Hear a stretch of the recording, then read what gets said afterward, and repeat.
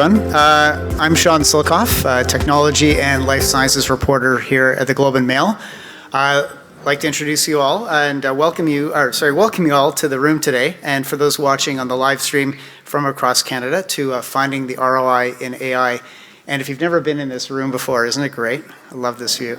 I'm joining you today from the traditional territory of the Mississaugas of the Credit, the Anishinaabe, the Haudenosaunee, the Métis Nation, and the Mississaugas of the Credit First Nation.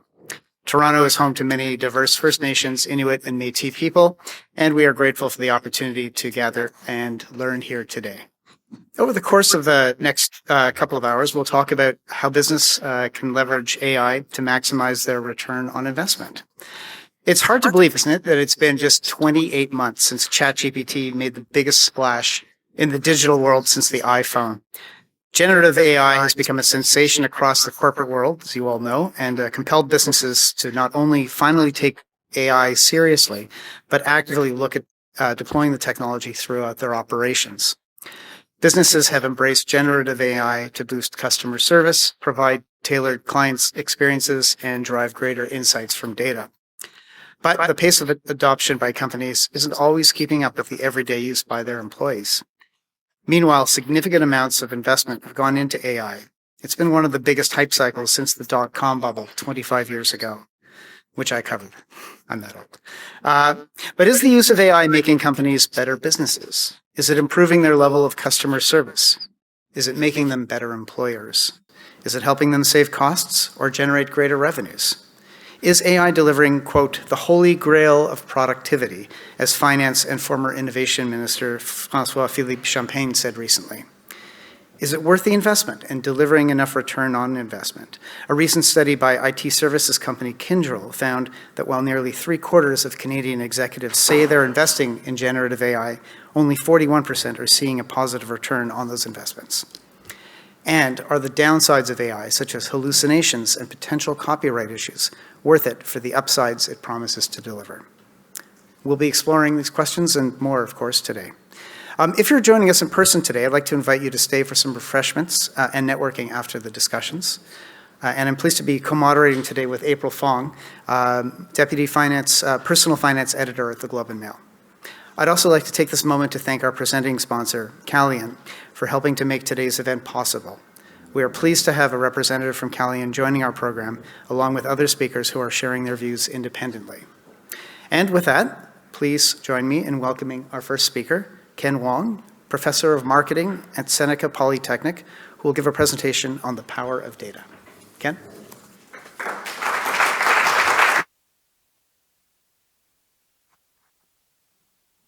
Thanks, Sean.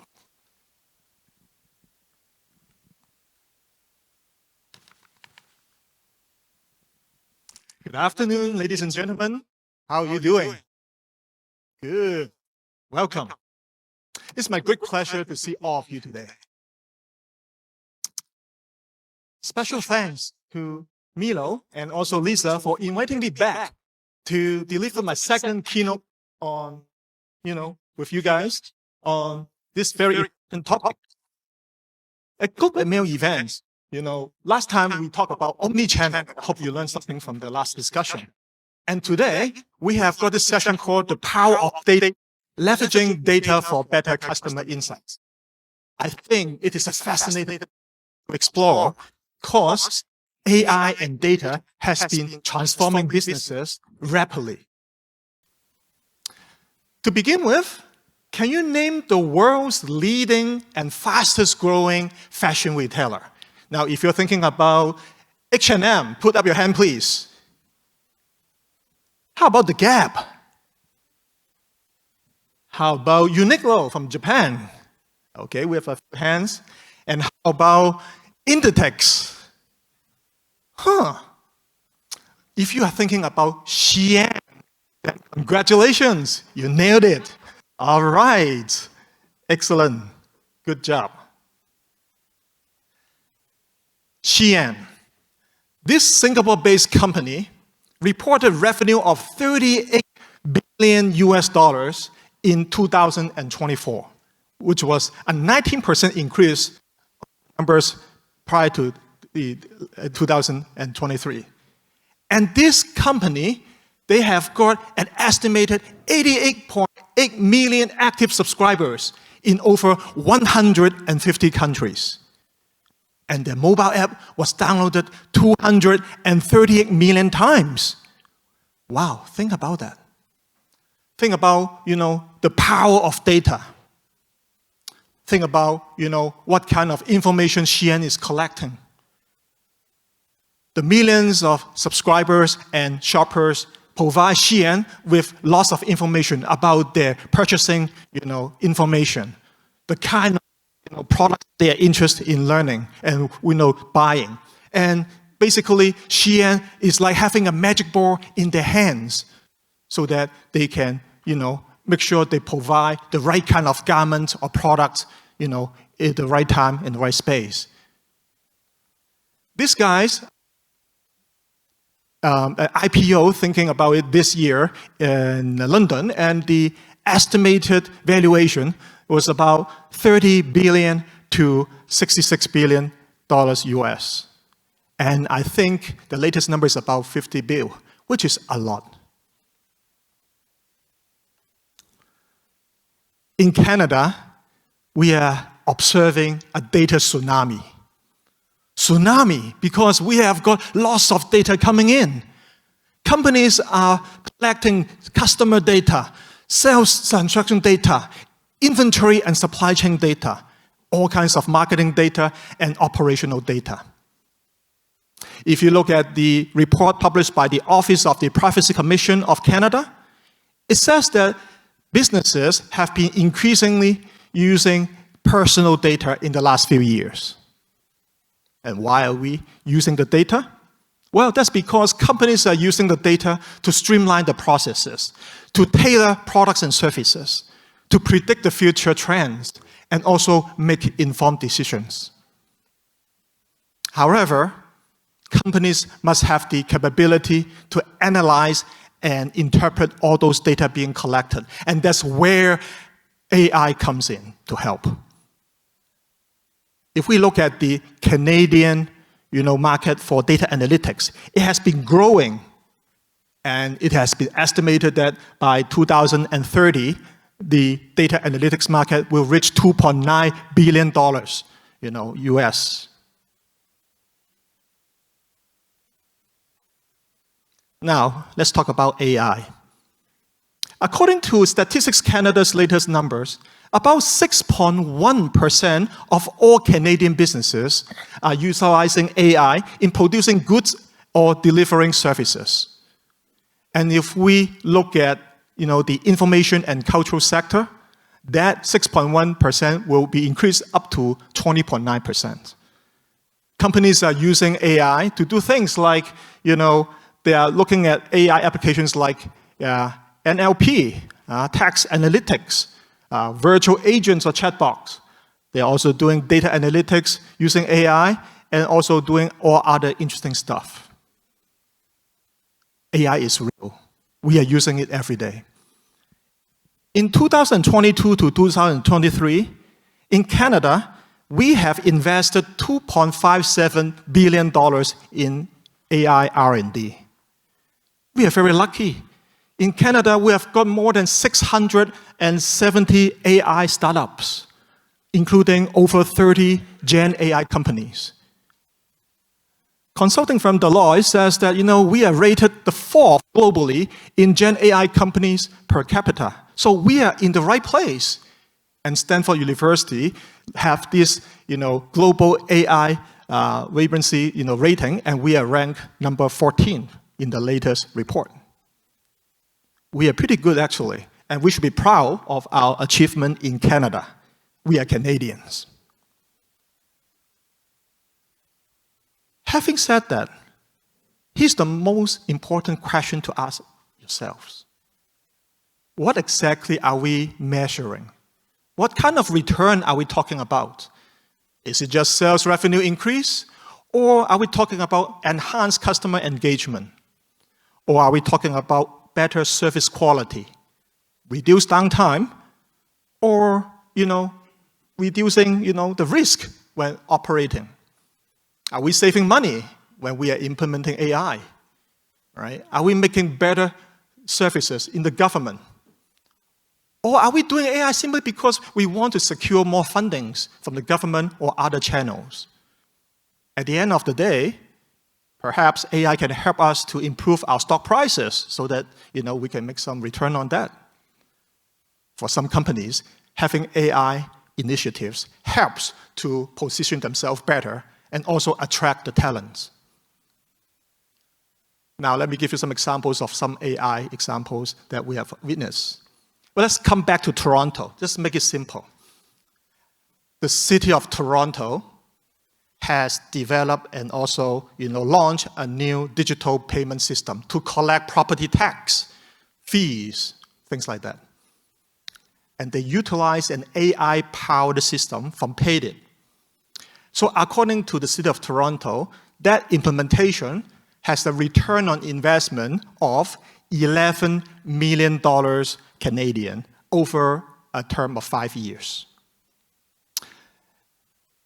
Now, for those of you who like to shop, think about companies like Sephora, right? Great customer service. On top of that, at Sephora, they also have this thing called Virtual Artist mobile app, in which it scans your facial characteristics so that using augmented reality and other advanced computing techniques, it can make customized recommendation on the kind of makeup products that the customer may want. And this is especially interest to the young people. We are ordering, lots of products online, and those products are delivered via, let's say, UPS. And UPS, they utilize AI to optimize the routes so that, you can get your product that you have ordered on time.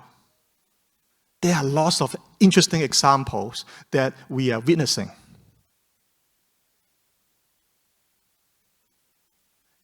Shopify. We are very proud of this company in Ottawa because in the B2B area, they are, the leader in e-commerce platforms. Many businesses rely on Shopify's platform to fulfill their online orders. Last summer, they added some kind of AI functionalities called, Sidekick, and that really helps the merchants, to improve their experience in setting up the e-commerce system and serving customers. The result? In Q3 of last year, their sales went up 26% in revenue, reaching $2.16 billion US. And the stock price of Shopify went up 40% in that time period. 40%, that's a lot. Merchants are embracing it, investors are saying yes, and I think they're doing a pretty good job. And for the coffee lovers, hey, how many of you like medium double-double? Oh, you know what? I win something, recently when I roll up the rim. Anyway, do you know that you can also roll up the rim on the app, not just on the cup? That app created by Accenture, actually utilize AI so that when you use the app to look at the product offerings at Tim Hortons, personalized recommendation based on the frequencies of your visit, what you have purchased, and also the time of the day and other factors. As Canadian, I also do shopping of grocery on a regular basis. And no matter I'm going to buy things at Shoppers Drug Mart, Loblaws, Joe Fresh, or any other major retailers, very often AI is there. At Loblaw Digital organization, they have got 500 people working day in, day out to make good use of AI so that all this technology are helping the company to get more customer loyalty and better spending. Everything was good so far, but there's a problem. According to our national AI institutions, such as Mila, in Montreal, or Amy in Edmonton, or down the road, we have got Vector Institute in Toronto, they have identified 6 major problems that companies are facing when they embrace, AI. Now, obviously, the cost of implementation can be high, which is not some small businesses can afford. Secondly, there is a shortage of talent. Easy to find the right kind of people, who are able to manage those AI systems and do those, programming. Sometimes it may be difficult to find a good use case, and that creates the uncertainty about whether this AI initiative should be implemented or not. Funding challenges, no matter, we are talking about money from the government or from the private sector, is getting more and more difficult. And it's not easy to select the right kind of platforms because we are still in the early age of the whole cycle, right? It's like, the early dot-com days when things are changing fast and furious.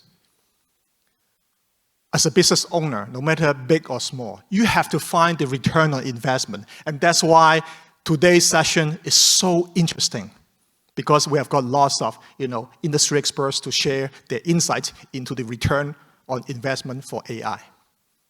And obviously, when we do the AI implementation, we also have ethical concerns because we want to make sure that, the data being collected are being used fairly and reasonably.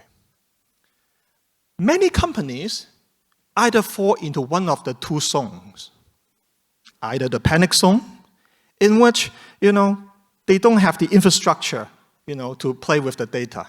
And their management have very little skill and ideas about AI, and they don't know what to do. Other companies fall into the complacency zone, in which they don't think there's any urgency to take actions. These companies don't have the investment and strategy required for successful AI implementation. And the hard truth is, the preparation work was not glamorous. It can be slow, takes time, but those are important steps to achieve success for the future. You want to train your employees to learn about AI? Let's talk about upskilling. But the problem is, just like, remember how we learn French in high school? We can learn vocabulary by vocabulary, word by word. But if we don't practice, then we cannot have fluent French conversation with other people. Same can be said for AI. If you don't have the data ready for your employees to practice in a sandbox environment, upskilling is not going to work. No matter how many courses, online, offline, that you send them, to attend, they need to play with the data. That's the whole idea. So it's not just about getting the tools of Gen AI or whatever AI. It's all about having usable data that can be shared among different departments, different teams. Let me ask a quick question to the floor here. How many of your organizations have your people who can, experience the data in some kind of sandbox environment? Do you have sandbox, that you allow people to play with? Okay, we've got a few. Very good, thank you. I hope next year by this time, the whole floor can put up your hands. Because without the sandbox, without the ability for people to actually play with the real data, upskilling is not going to work.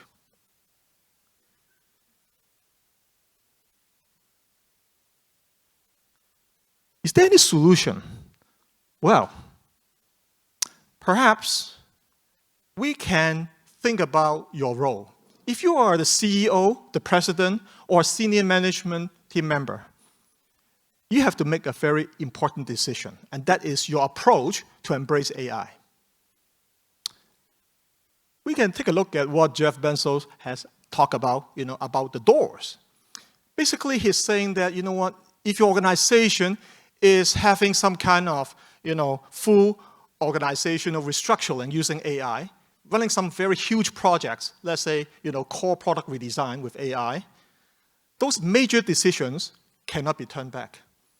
Those are one-way doors. You have to keep go on, and that means you need full support from the senior management and resources because you can't fail. You have no way to turn back. At the same time, we have another approach. It's a two-way door approach. Maybe, we can just do some enhancement of the product or service, in a smaller scale. Maybe we use AI just to play with the data and see, what kind of insights we can get. Now, those are, things that we can undo, right? But that also means in your organization, you need to develop the culture that, making failure, making mistakes is actually acceptable because we're still exploring this idea and area called AI. You cannot penalize your employees because they make some small mistakes when they are implementing all these AI projects. Which approach is suitable is up to you, depending on your objective and resources. For organizations that are succeeding in implementing AI, very often they understand the urgency. And they will also, slow down and take the time to build the infrastructure. Make sure they have got the right tools, right software, and also they create a sandbox to let people to play with the data.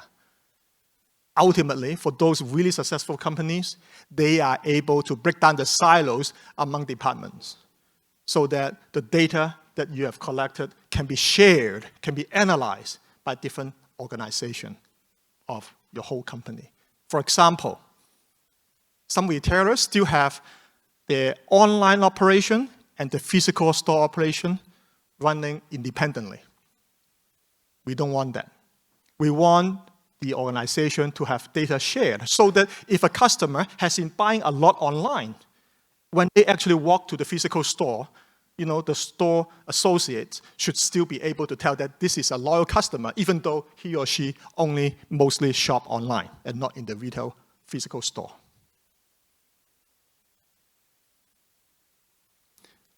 There are lots of benefits for AI.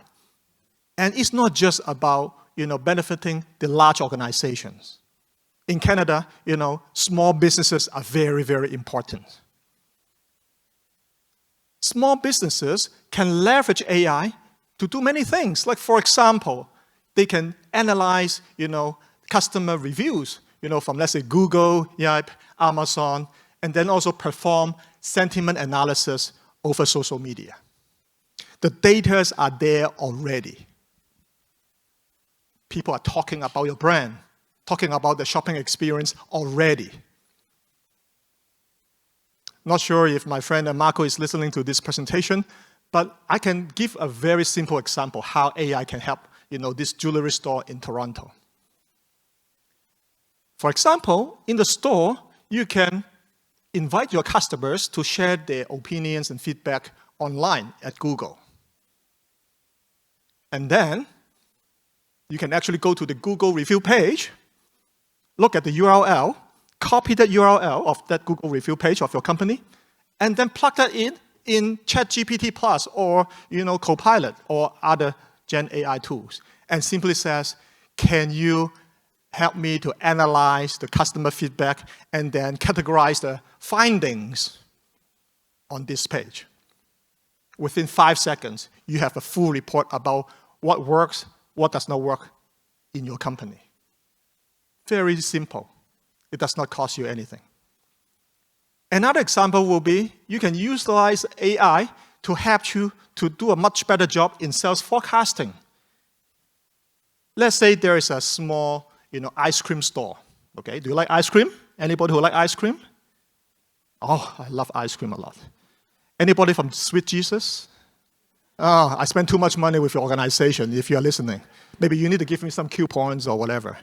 But I'm going to help you to recoup that coupon. Huh? I think, a simple example, I think ice cream sales can be driven by things like the weather, right? Temperature. The higher the temperature, the more ice cream I can sell. You already have this data, right? You can make an Excel spreadsheet with 2 columns, temperature and then the daily sales, right? How many ice cream cones you are selling.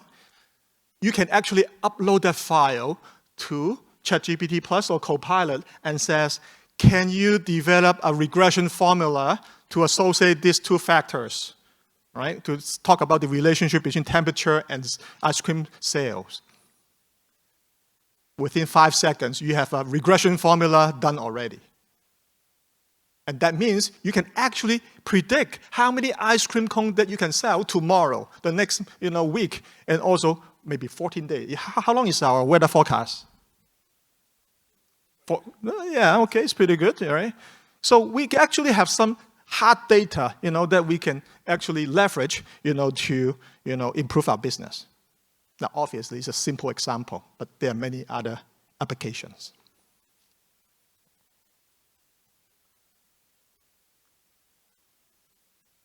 We are very lucky. We have witnessed the birth of smart factories, smart cities, and all kinds of smart gadgets. Imagine there's a pair of smart glasses that I can put on, and let's say I work in the retail sector. Maybe with this pair of smart glasses, I can communicate with my customers in another language in real time.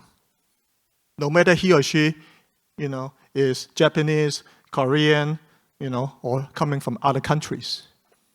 And wouldn't it be great, if that pair of smart glasses can recognize the customer and actually present information such as what kind of brands, this customer prefer. How often has this person purchased in my shop, right? What product category is interesting, and what kind of promotion, and what are the tricks to close the deal. If all this information can be presented in my smart glasses, wouldn't it be beautiful? I think, that day is coming very, very soon.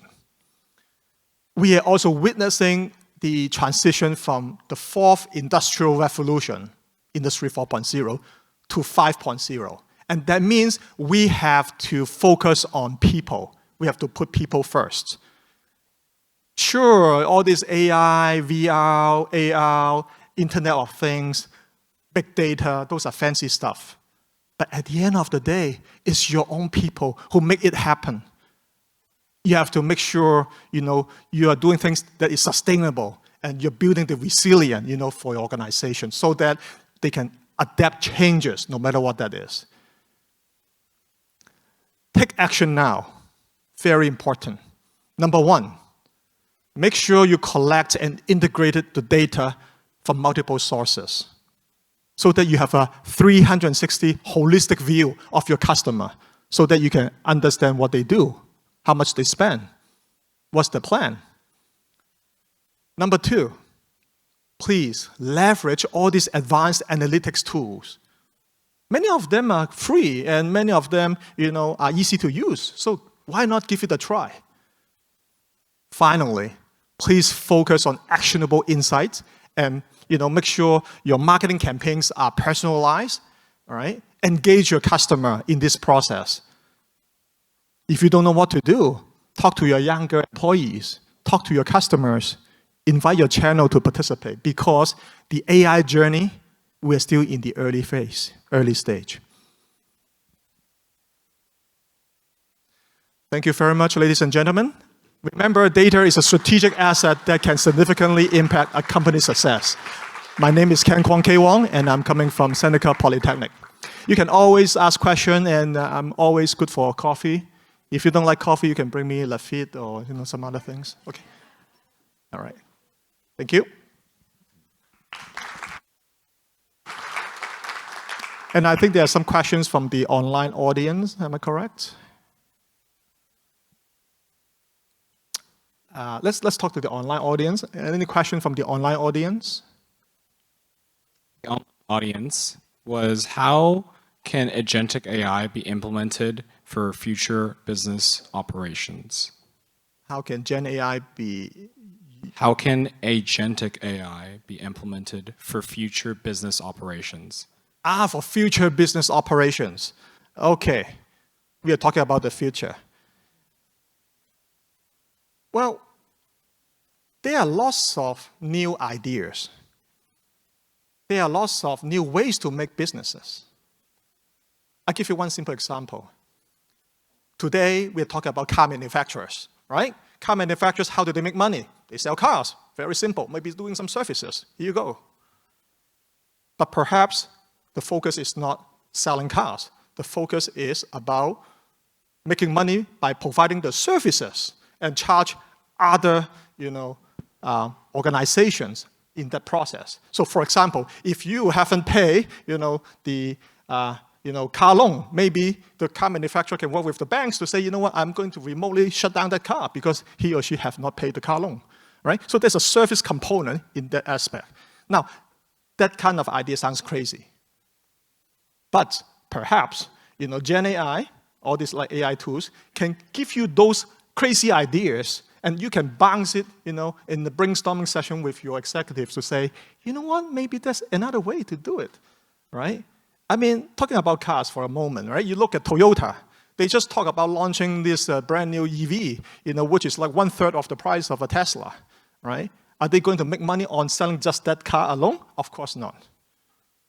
But the car is just a tool, a platform, so that they can add on other value-added services on top, right? So we're talking about new business model, new ways of doing things, so that when people are thinking about having a startup or a new company, that is something they can do. Okay. How about the floor? Any questions from the floor here? Yes, gentlemen?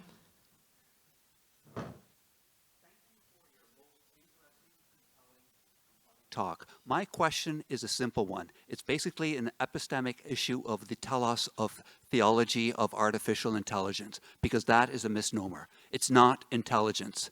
It is Grundnorms, it's algorithms, and the human factor. And this is my primary concern. What you're saying, I do not disagree with, and I tend to agree with, but there's going to be a sense of what I call the human factor is going to be decalibrated. It's going to be denuded. It's going to be what I call a cleavage between those that know and those that do not know, that will become drones, merely ossified. And that, to me, is very, very substantive, flawed in terms of our civics. Thank you very much for comments. I teach in the college sector, and every day, I come across students who use AI in different ways. When I talk to them, it's very interesting to see, they all have a very positive view, on this technology, because they are saying that they can utilize the tools to save them time, so that they can do more interesting things. And it is important for us to understand that we are facing a paradigm shift in the society, right? Is it perfect? No. Are we approaching the right direction? It can be, but we have to be very careful, step by step, to see how technology can help us to achieve our goals, no matter what that is. So it is important, I think, for all of you on the floor to reconsider, to what extent are we using technology, in our business? Are we, doing it for the sake of doing it? Because our competitors doing it, we cannot just, sit down. Or are we actually see a good reasons to do it, or at least give it a try? I think, once again, we are still in the early stage, and, we can actually, have a two-door approach, to try it step by step, and if it does not work, we step back and we try something else. Nothing is cast in stone, but once again, it's important to focus on, the human aspect, to think about, what benefit the society as a whole, not just yourself, and I think this is something we should consider going forward. Thank you. All right. Thank you, April. Thank you so much. Shall we give?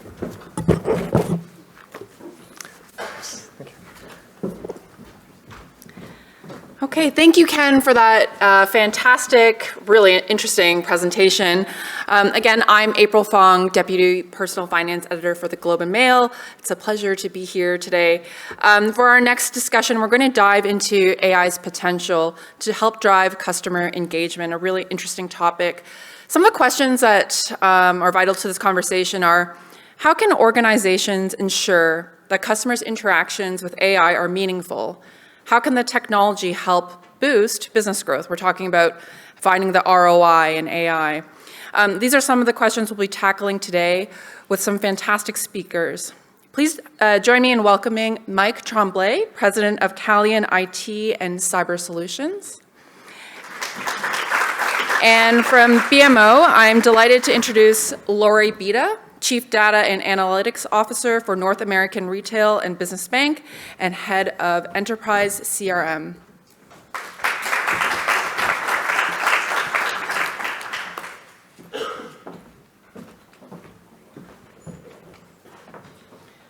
Okay, thanks Lori and Mike for being here with me today. When we talk about AI in Canada, a concern that often comes up is the slow adoption of technology, period. How would you say Canadian businesses are doing in terms of adopting AI when it comes to using it to boost customer engagement? Lori, we'll start with you. Yeah, fair enough. I think that all of us engaged with AI, broadly speaking, but really the world came alive with Gen AI. So it's in our pocket, so we sort of understand it. Then we port that into business and go, how does this thing that I do through ChatGPT and asking it questions about this, that, and the other, how does that actually relate to what I do in my day job? And so what we're finding, I'm at BMO, and we are looking at AI across our entire enterprise. But it's difficult, the curve to get people to understand how to apply what it is that they see in their pocket from a consumer perspective to what to do with it to shape the customer experience. It's a curve.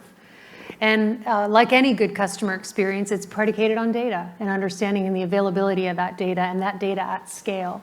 So I think of the world sort of in threes. There's data and information, there's AI, and then there's an action layer. There's the ability to port that through and actually do something with what you've learned. And so for client experience, we've just recently won a Global Innovation Award for AI, but we were able to pull through those areas, find the places where you have great data and the customer's interested in experience, turn it around with really great intelligence, and put it into the hands of that customer when they need it. And the use cases and cases where you can do that at scale are the ones which tend to improve the client experience, help the bottom line, and help the top line. They're there. You just got to think that way and look for the pockets where you have all those ingredients to be successful. Mike, how about you? What do you think in terms of how businesses are adopting AI to boost customer engagement? How are we doing on that front? Yeah, so it's a great question. You hear me okay? I'm soft-spoken, so wave at me if I drop off. We're in the gritty mid-market and government space. And so in our business area, I'm with Callian and lead the IT and cyber business area. The drivers in our space really come down to being competitively relevant. And so we've seen a lot of beta examples, beta tire kicking, if you will, in the last few years. There's a few areas that have actually had to competitively engage in AI to be able to stay ahead of the competition. My space actually is one of them in the cyber world. I think everyone will probably appreciate that if you have followed how the cyber acquisition trail has been going the last few years with seeing companies like Palo Alto buy QRadar from IBM and Cisco buying Splunk. And I think that those acquisitions probably should have happened through the pandemic, but that fragmented market is finally consolidating. What's the driver? The driver actually is AI. And so the managed services area of delivering AI has been very much driven by competitive forces, which is probably how it should be. I have less of a view on the consumer side. I play around with it a little bit myself, of course, but I think that if you're trying to measure whether you've got any kind of ROI happening by deploying Copilot in an enterprise, you can't measure that stuff. This is training, and I think to Ken's point earlier, the production environment is not a playground. So if you're going to do that, at least put some guardrails in place so that as they're learning and as the company is facing questions of relevancy, maybe the organization has learned enough to be able to engage and to be able to compete. So it's almost a balance between the competitive pressures of the day and the trust and confidence you have in the platform, especially at current times with trade wars underway. Another topic I'd love to get into if we have the time. Now might be the time for it. So not necessarily trade wars specifically, but just in terms of the divergence in regulatory approaches. There was a time, at least compared to now, when governments like Canada's, the UK, the US, for example, were rowing in the same direction when it came to trying to put regulatory guardrails in place. The US has shifted away from that. How do you think that's going to make things more challenging for companies when it comes to adopting AI and applying it for customers? Shall I start? That's for you, Mike. Okay. Oh, okay. I'll catch that one. So again, I think it's got a lot to do with competitive response. If you want to be a relevant player out there, where are your markets? By far the most stringent regulatory regime right now is in Europe.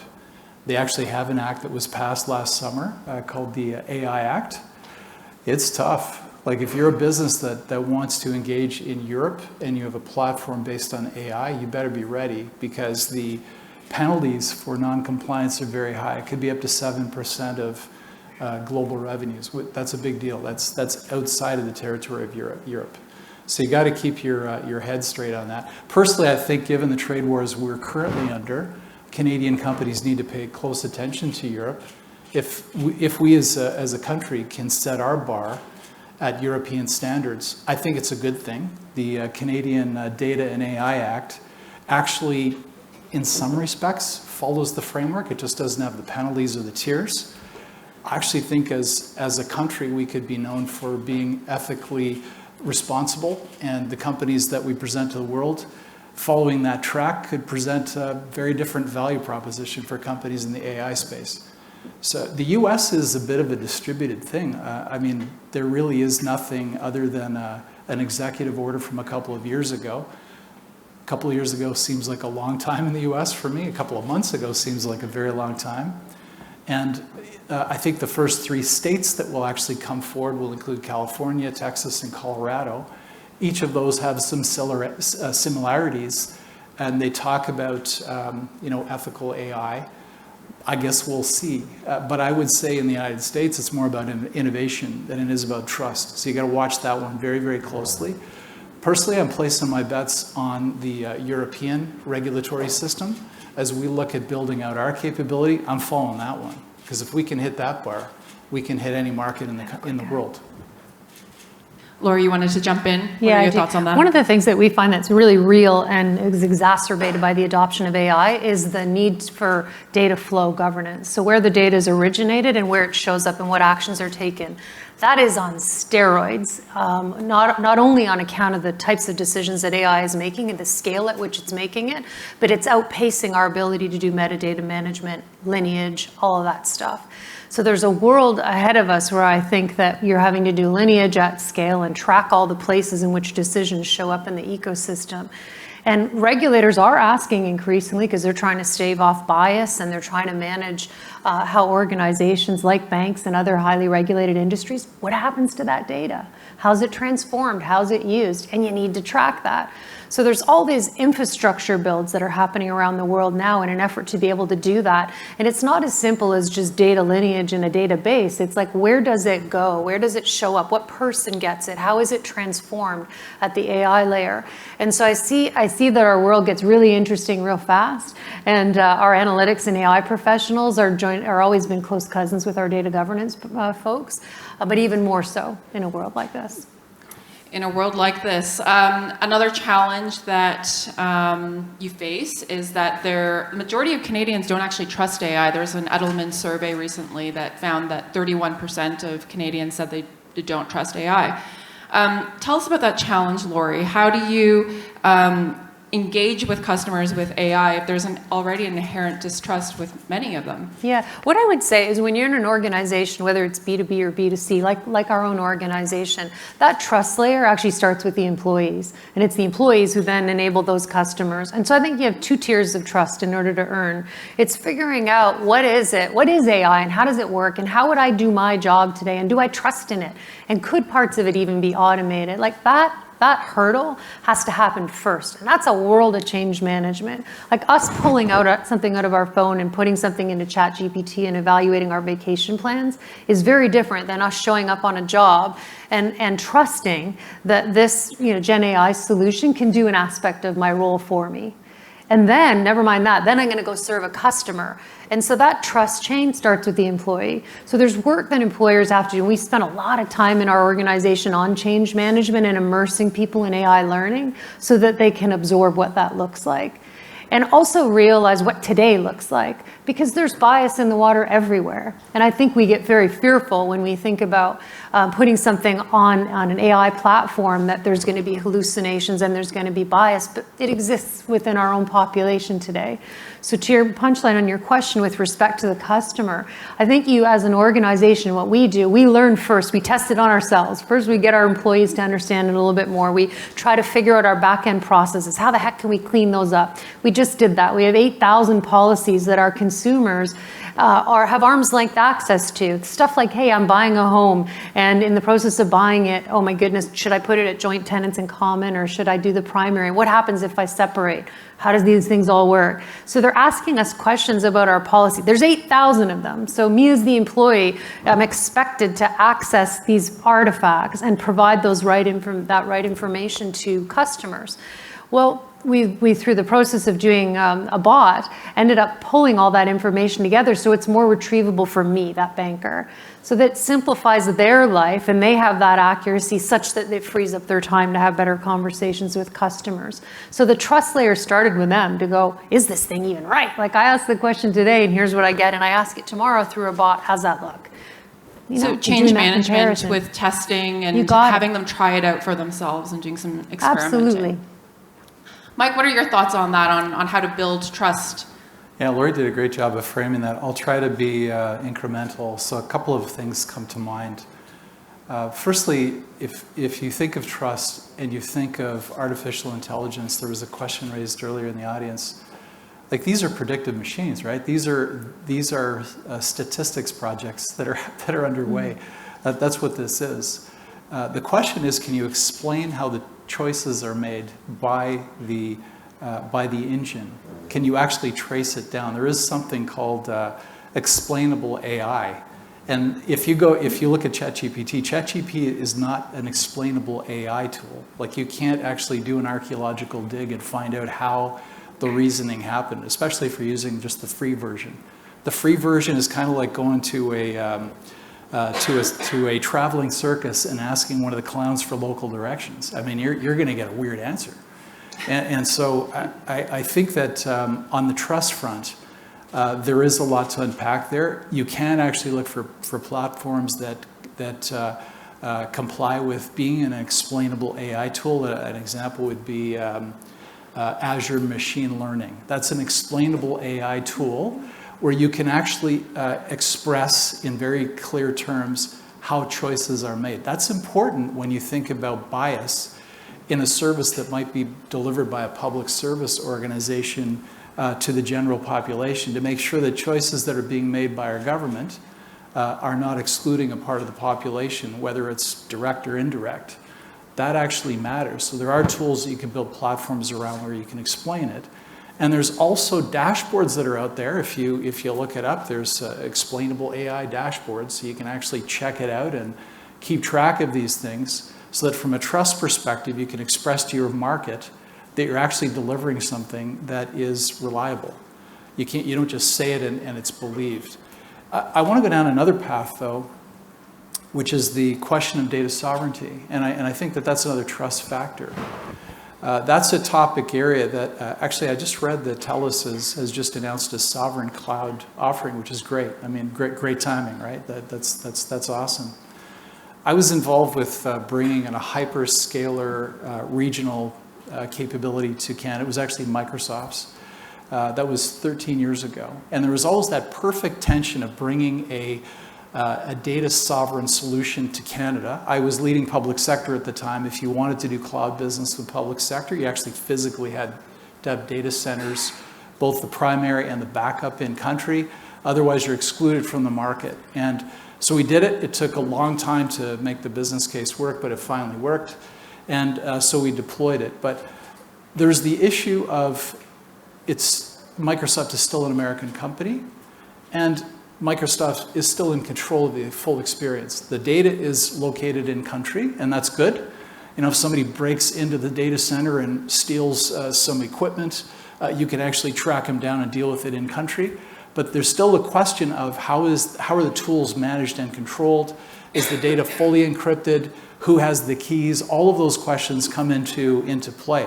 Now, the world is different now after January, and the question of trust is a very different question. So if the FBI wants information from an American company, as a Canadian client, you may never know that the request happened.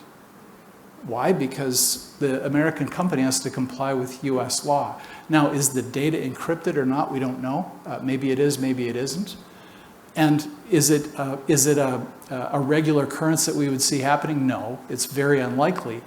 But there's a question of trust that needs to be considered now. And so the idea of having local compute capability, as was announced by Minister Champagne just before the end of last year, probably a good thing, but you still have to be interoperable with some of the tools. It's great to have the infrastructure, but you need tools to compete. So there's a lot to unpack here.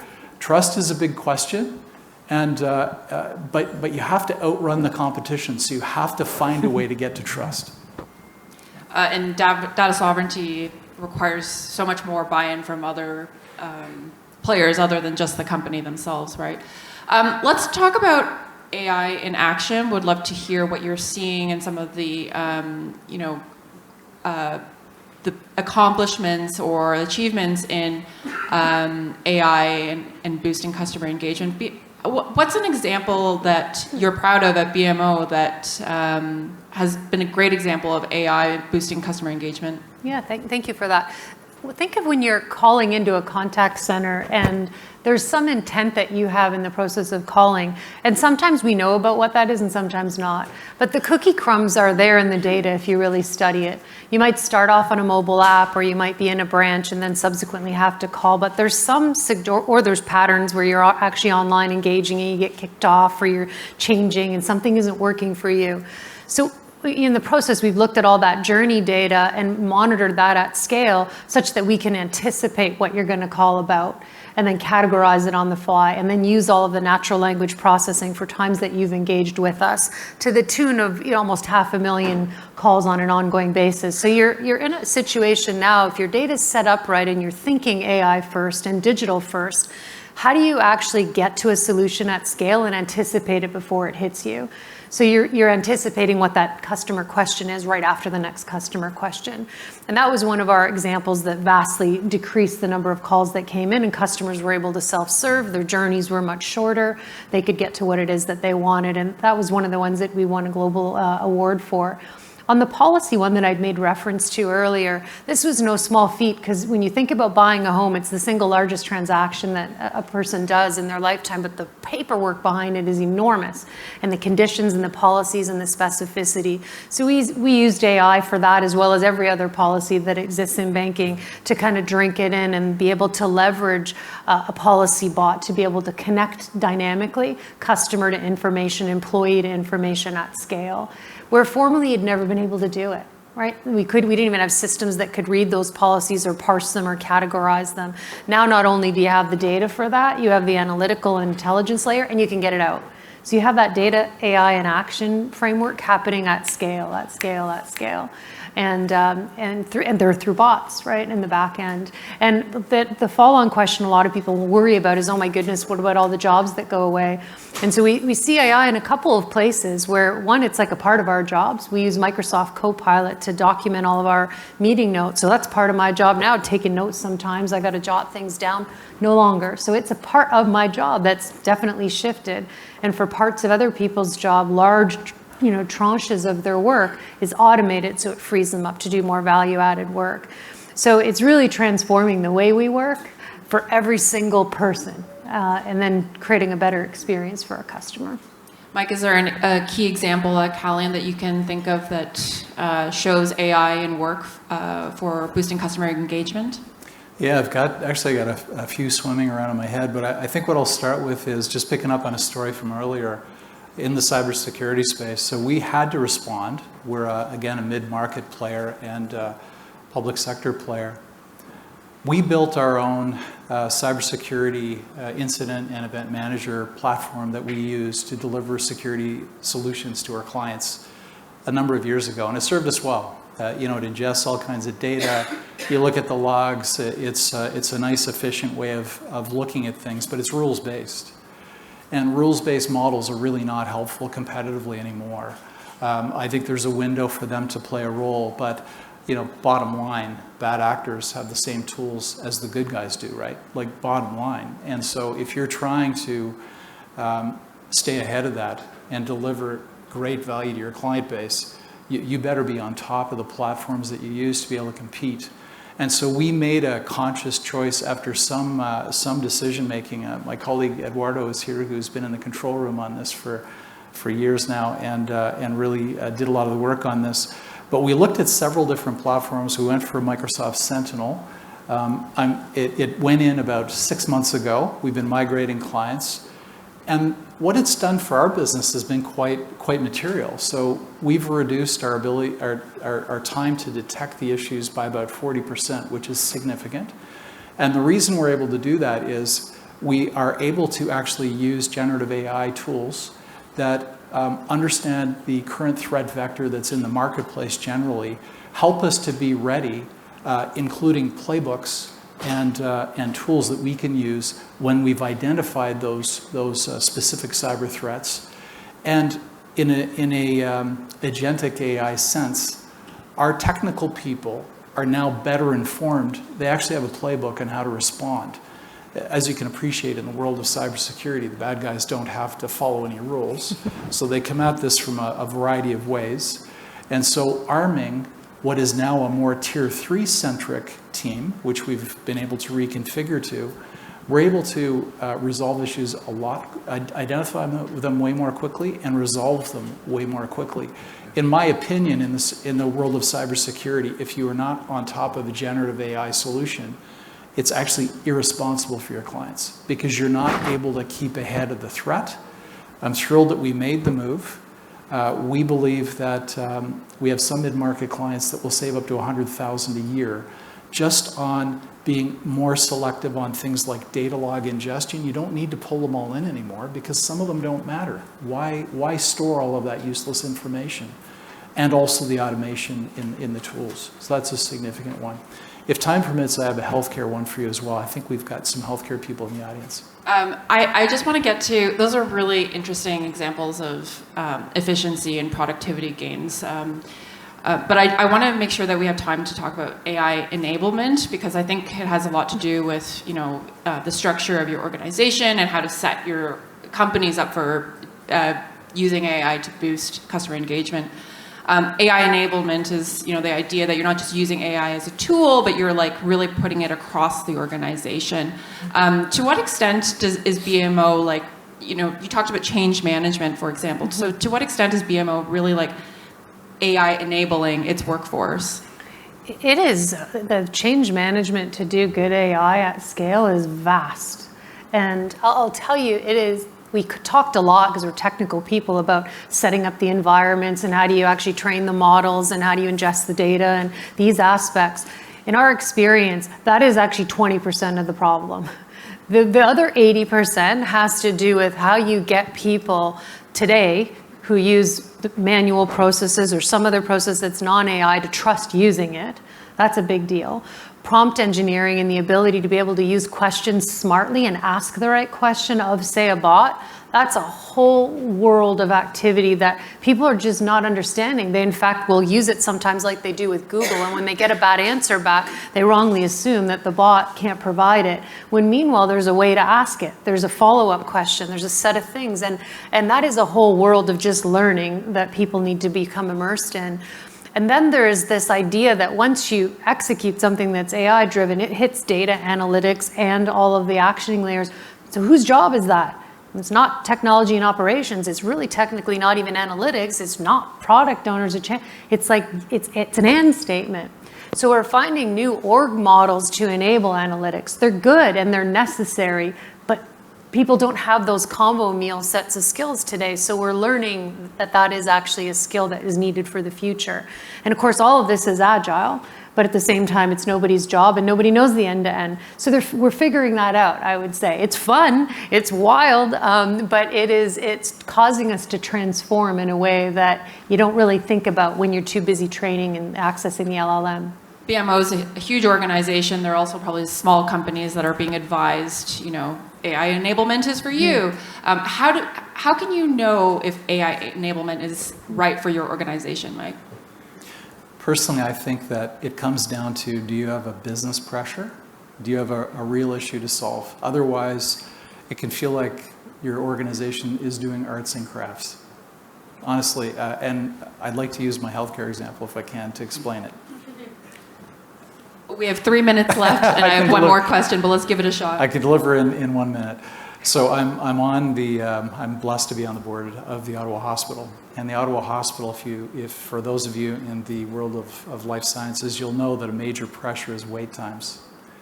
And so what they did is they actually deployed to 70 doctors in 9 different areas using a product called DAX Copilot. It's a Microsoft platform product. It's used for AI scribing. So think of it as a tool that allows you to fill in charting while the actual visit with the patient happens.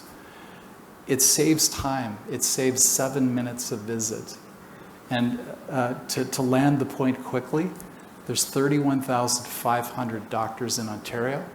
There's 340,000 visits a day that happen. If all we did was save 7 minutes of visit, we'd print 4,363 doctors, give or take. Some of them will be on the golf course, without hiring a single person. Now, there'd be more pressure in the province because that's billable time, but they'd be clearing the queues a lot faster. And it's an opportunity for productivity that is very difficult to come by another means. AI can have a big practical implication. To me, it's around finding those use cases where it will have real impact. Otherwise, it's going to feel like to your organization, again, it's arts and crafts if you're not careful, right? We have a lot of leaders in this room, and I think it would be really useful to have a takeaway or a piece of advice that they can use as an action point tomorrow. What's one thing, so this is going to be rapid fire, what's one thing that you would advise leaders to do tomorrow to use AI to boost customer engagement? And if you can do it in 30 seconds or less, that would be great. I'll start with you, Lori. Use it yourself. Like you will only ever be able to filter the work that's ahead of you and the opportunities for the businesses that you run if you understand it. And AI isn't ChatGPT in your pocket. It's broader than that. Immerse yourself in the learning. Every single one of us, our jobs and our lives will be changed by AI. And for the responsibility that we have in our work lives, you have to show up educated and get it. And you have to think that way and get comfortable with the co-pilots, get comfortable with bots, get curious about the data that feeds it. Like, just be curious. It's not a job for analysts. It's not a job for propeller heads and statisticians like myself. It's a job for all of us. And so get in, jump in. Okay, get in, jump in. Mike, what's your advice to the leaders in this room on how they can use AI to boost customer engagement? What's the one thing they should do? Yeah, I'm going to pick up on Lori's point. So I think for those that are business leaders, read the book Power and Prediction. It's written by Avi Goldfarb. He's here in Toronto. He's got two accomplices in the book, which is terrific, also from Toronto. It's a fantastic way in business terms to understand that you've got predictive machines and you've also got a power distribution that happens with AI that needs to be understood by leaders. This isn't like everything goes up to the CEO. This is distributed out throughout the organization in a world where you've got a regulatory regime that's all over the place. It's a moving target. As leaders, you need to know this. This is a question of probably personal relevance. Read the book.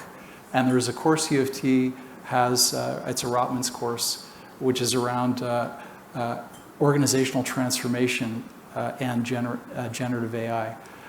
I had the blessing of taking that course, 3 days, all business decision makers, business leaders. I was stunned at how much they knew, and why they were there was really around understanding risks and opportunities in a practical way. It was a powerful 3 days. If you get the chance, that's a great program. Okay, so there you have it.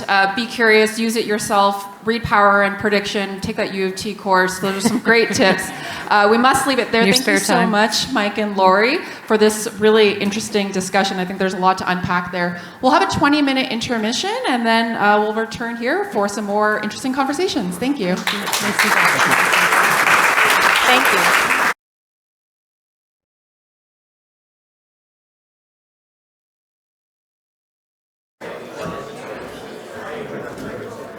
Welcome back, everyone. Hope you had a good break. We're going to discuss now the application of artificial intelligence within workflows and its potential to streamline processes and improve operational efficiency. So joining me for a panel for this conversation is Angus Lockhart, Senior Policy Analyst at the DAIS at Toronto Metropolitan University, and Shahir Mishriki, Head of Digital Portfolio and Governance at Sanofi. And joining us virtually is Fatih Nayebi, Vice President of Data and AI at Aldo Group, and Faculty Lecturer in Information Systems at McGill University Desautels Faculty of Management. Fatih, are you with us? There you are. Yes, I am with you. Happy to be You can hear me here. okay? Great. Yes. Okay, perfect. Can you all hear? Okay, yeah, good.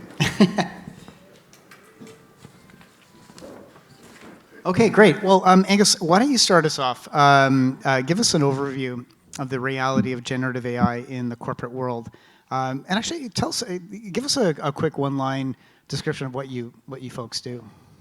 Sure, yeah. Hopefully my mic's also working. I'm at the DAIS at Toronto Metropolitan University. We're a think tank and a policy institute sort of focusing on the intersection of tech, education, and the economy, trying to build more inclusive citizenship in Canada. So in this particular context, I just want to provide some background on Gen AI, talk about some of our research and sort of the state of affairs in Canada.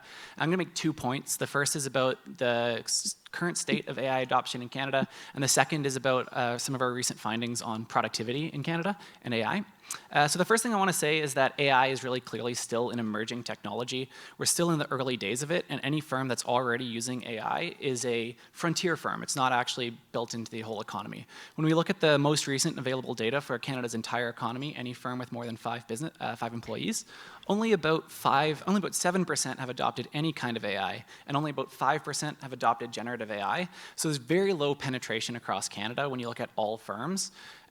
It's even lower when you try to look at firms using AI in specific instances. So if we talk about AI in sales, we talk about AI in marketing, logistics, business operations, in any one of those, only about 2% of firms are using AI for that specific task. So really, if you're using AI in any given task, you're very much at the forefront of companies in Canada. It's even more stark if you're a small business. There's a huge disparity in adoption of AI across businesses of different sizes. So businesses that have 100 or more employees are about 10 times as likely to have adopted AI as businesses with less than 20. So if you're a small business, less than 20 employees, and you're already using AI in any of those areas, you're really at the forefront of businesses in Canada. The flip side is, if we talk about workers are actually quite likely to be using AI without your knowledge, quite likely to be using AI without official sanctioning. So about 20% of workers in Canada are already using AI, whether or not their business has said that they're using AI, whether or not it's part of core operations, a lot of people have taken to it. So AI is not very penetrated from the top down, but a lot of people are already using it anyway. That's funny. It's kind of I co-wrote the book about BlackBerry, and that's how BlackBerry infiltrated the corporate world. Suddenly, the network would go down, and the CIO would get 100 calls from their employees, and he said, "What BlackBerries?" He had no idea that people were using it.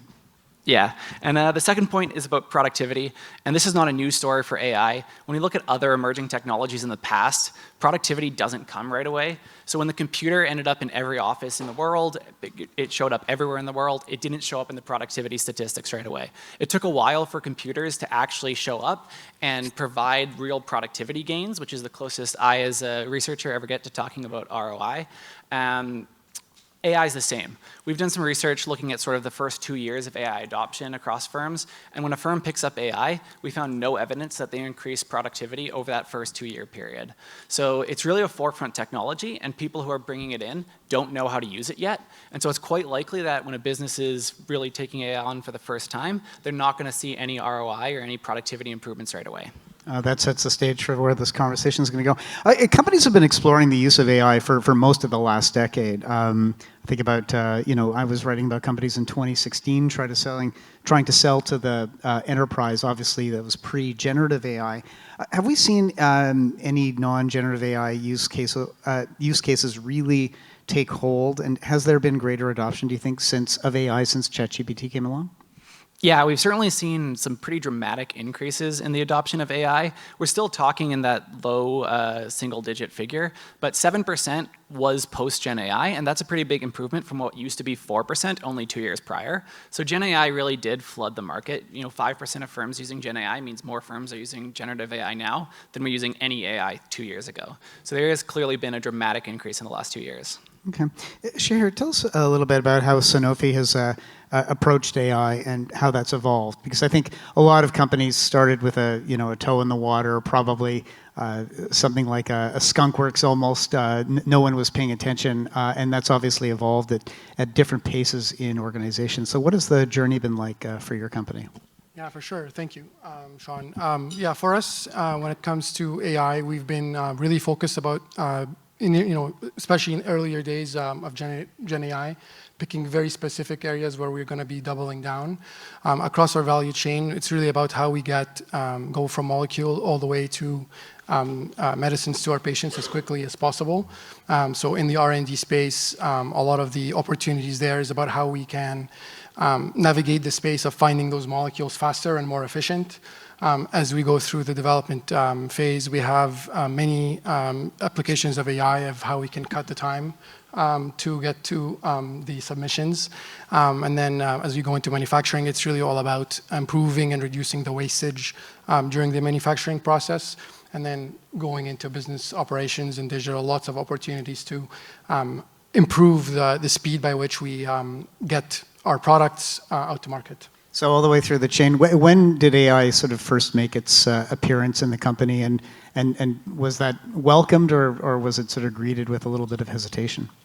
Yeah, I would say we, across all of our company globally, we've been taking a global approach. We've invested a number of years into building our foundations, our data, so that we can use AI at scale.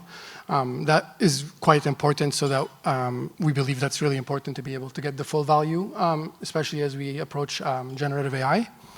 And so I would say today we are able to do this at scale across all our value chains, and be able to get to the outcomes that we want.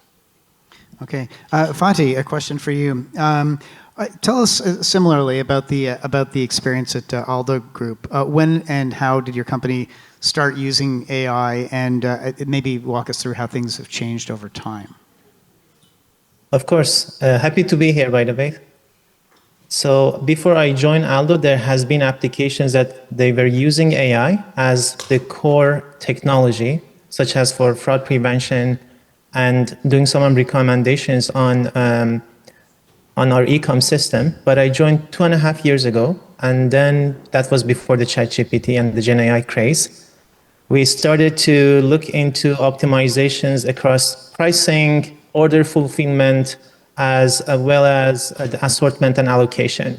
And for us, we formulated a project for the Scale AI funding, and we received funding. And since then, we've been working on a revenue growth management system with AI, machine learning, and optimization techniques. Then, as you know, a ChatGPT happened, and Gen AI became very popular. And I'm going to be differentiating between Gen AI and other types of AI that we call typically discriminative AI. So the Gen AI is very easy to adopt. We started to experiment from the first day. We created our own chatbots. We have done some of the automations with it.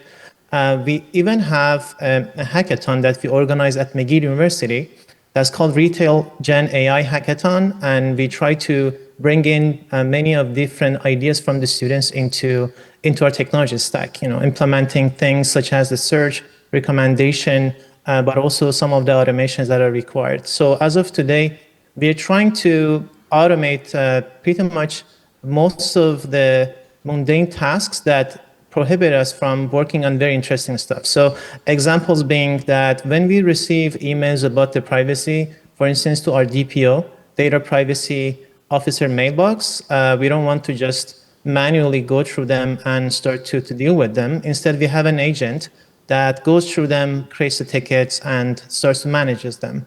The other example is that in our team, we have built a product owner agent that goes through requirements and groups them, starts to write the stories, and does everything related to creation and management of those stories. So there are quite a few of different examples, and I can contribute further later.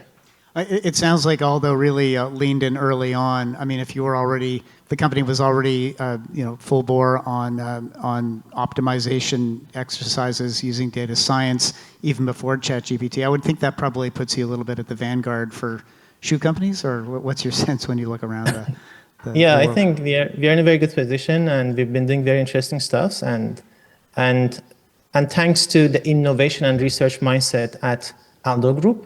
And I was there because of that. So I'm also working at the McGill University. So we bring in students from university. We work very closely with McGill University, and we're doing a lot of research, experimentation, and the POC projects that simplifies the implementation and the minimum viable products creation for most of these technologies. Okay. Shahir, this next question is for you, and then Fatih as well. Maybe we could sort of go in a little deeper to some of these deployments. I mean, are you still in the pilot stage, or are these in full production? And maybe sort of if you could elaborate on one or two examples, just a little bit more concretely, how it's being used, what sort of value it's delivering. Yeah, sure. Yeah, you start, Shahir. Yeah, sure. So maybe I'll dive into one particular interesting use case in the generative AI space when it comes to research. When you're trying to find the next medicine, oftentimes it's like kind of like exploring space. You're trying to find a very difficult, like a needle in the haystack. So one of the key use cases that we have actually produced is coming up with a new language model. It's called Code and BERT. It's open source, so it's available. And it allows scientists to be able to use it to understand how, basically find better ways to model mRNA, and that can help them find, the next type of molecule faster and more efficient. That's a great example of how we're using generative AI in a domain that, when you think about GPT, you don't typically think about, going into a Copilot or a GPT, but language models can actually come in very different types, like the one I just described. Okay. Fatih, what about you? If you could dig into one or two of the examples. Of course. So just starting with saying that our scientists and engineers, they started to already use agentic coding, or sometimes called vibe coding. That already helps in terms of the productivity immensely. But besides that, the stuff that we put in production includes writing product descriptions and the search engine optimization descriptions with GenAI. We have enriched our product tagging and metadata around the products also with the VQA, visual question answering. And we have a chatbot for the store employees that they can use it for gaining information about different products. And finally, one of our business teams, they created an agent that helps with the call center agent to help them through having a better experience with the client. So transcribes and does a sentiment analysis of the call and make suggestions to make this whole experience with the client better. Okay, I'm going to come back to you in a second after the next question, because I want you to comment on the answers. Again, back to the two of you. I mean, is deploying AI seen as something ultimately that will replace humans or augment what they do? Like, what happens to the poor workers who think that they're going to be replaced by robots, which is this fear that's been pervasive for years? Why don't you start, Fatih? So we see these AIs as co-pilots, really, like the AI that can help our employees. And to help them such that they can focus on more interesting stuffs, right? In many cases, we see with automation, we can save hours of work that is not really necessary because they need to go through many different databases or data stores and then aggregate that information to be able to do their job. Otherwise, if we do provide those insights to them, they can go further and do more analysis and then try to help business a lot more. But the important aspect that we need to all know that with the agentic AI, there is going to be a huge shift in terms of the ways that we're working. Even when I'm teaching and talking to my students, I know that they're going to be using these techniques, but my expectation, or what I'm asking from them is that my expectation is going to be 10 times higher, so that they should actually use these techniques, these technologies to achieve a lot more. There's no denial. There's going to be an impact in the society, in every industry, but how that's going to happen and how are we going to go through that, that's not clear. I don't think anyone has an answer for that. Shahir? There's no doubt that our jobs are going to change, and we believe they're going to improve with AI. I think for us, everyone is going to be better, and it's going to be an augmentation play. For us, it's about really improving the outcomes, and AI will help scientists be able to get to outcomes better and faster. And so for us, it's really augmentation all the way across. Okay. And what are you seeing broadly on this question? Yeah, when we think of jobs, at least at the dais, we often think of bundles of tasks. So at least right now, every job has a whole bunch of tasks associated with it. And so then we try to apply an AI lens to that. And we look at AI on two dimensions. One, are jobs exposed to AI? So what's the degree that those tasks can be accomplished by some AI tool? And the second dimension we look at is complementarity. So is AI going to automate away that job, or is it going to augment that job? And when we look at that, what really matters is the remaining tasks, the tasks that are still going to need to be done by a human. Are they things that involve interpersonal discussion? Are they things that involve making decisions about others? Are they things that involve sensitive data? If there's things like that that can't be automated away, then chances are the jobs are going to be augmented.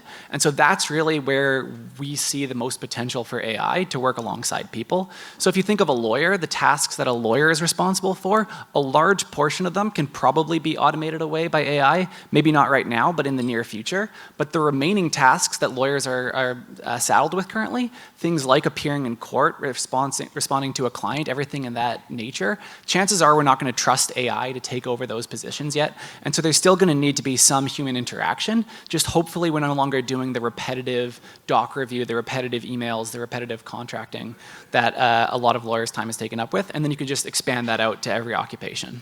I can't see an AI ever helping me get classified information out of a deal maker. So,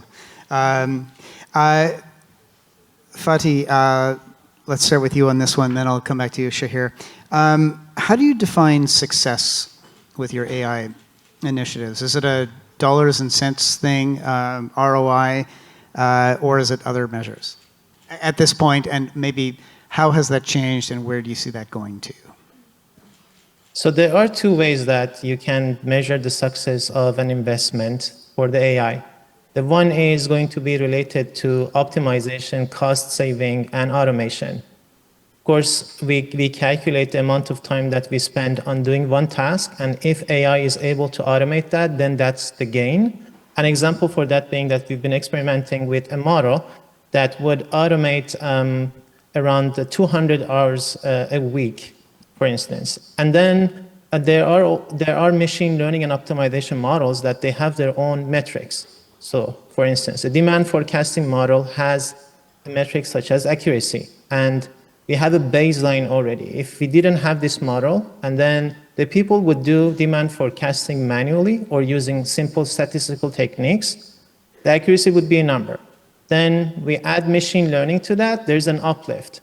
This uplift can be calculated to some of the operational metrics. And for us, operational metrics include conversion, it would include things such as the average order value or the markdown percentage around the discounts.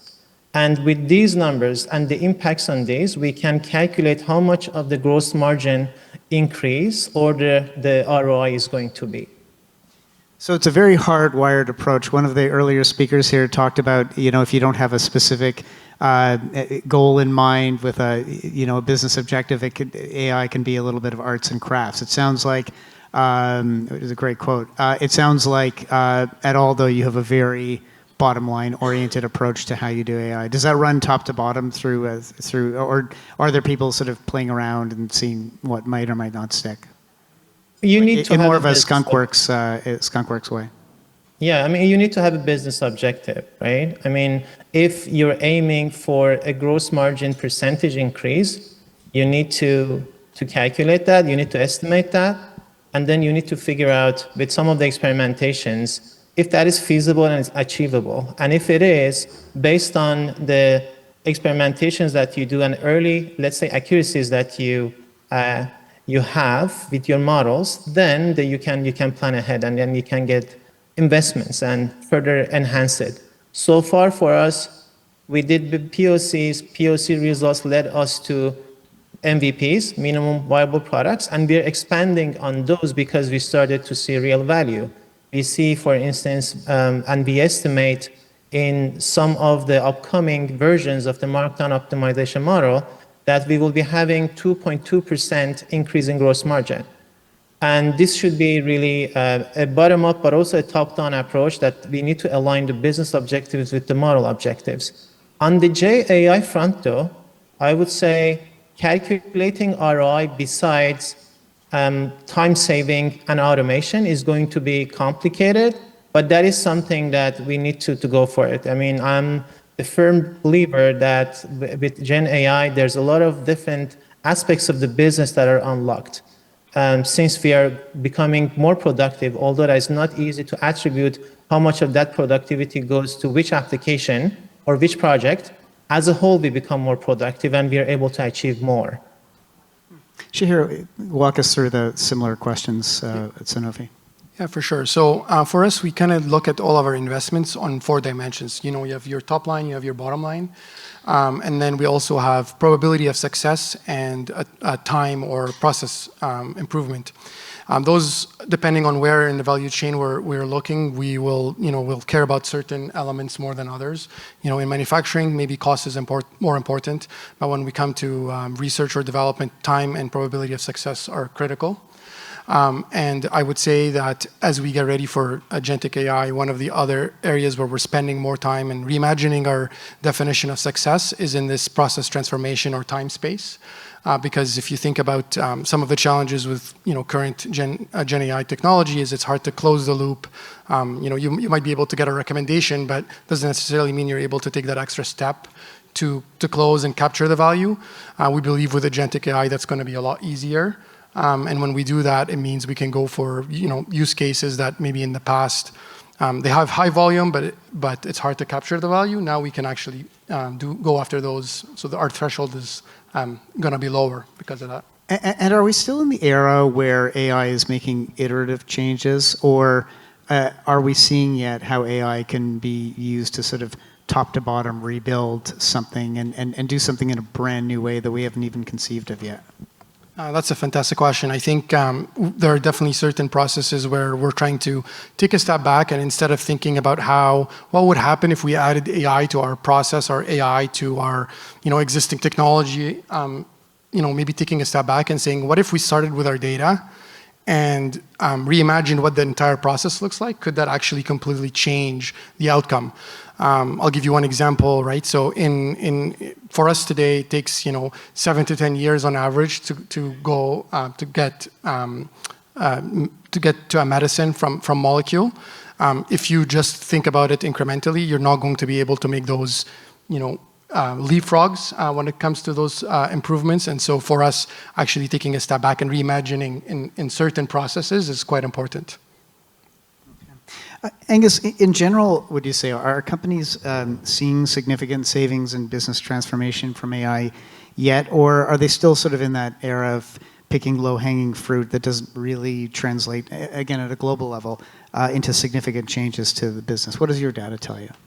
Yeah, it seems like when you look at the global level for businesses, they haven't really found a way to consistently save money or consistently increase their productivity for the same level of inputs. Some firms might be managing it, but on the whole, it's not happening yet. It's probably because we're still in that really early phase where firms have to try out a bunch of different things before they find something that sticks. And that means all the costs associated with instituting a new technology, and then often pulling that back in some cases if it doesn't work for your team, if it doesn't work for your situation.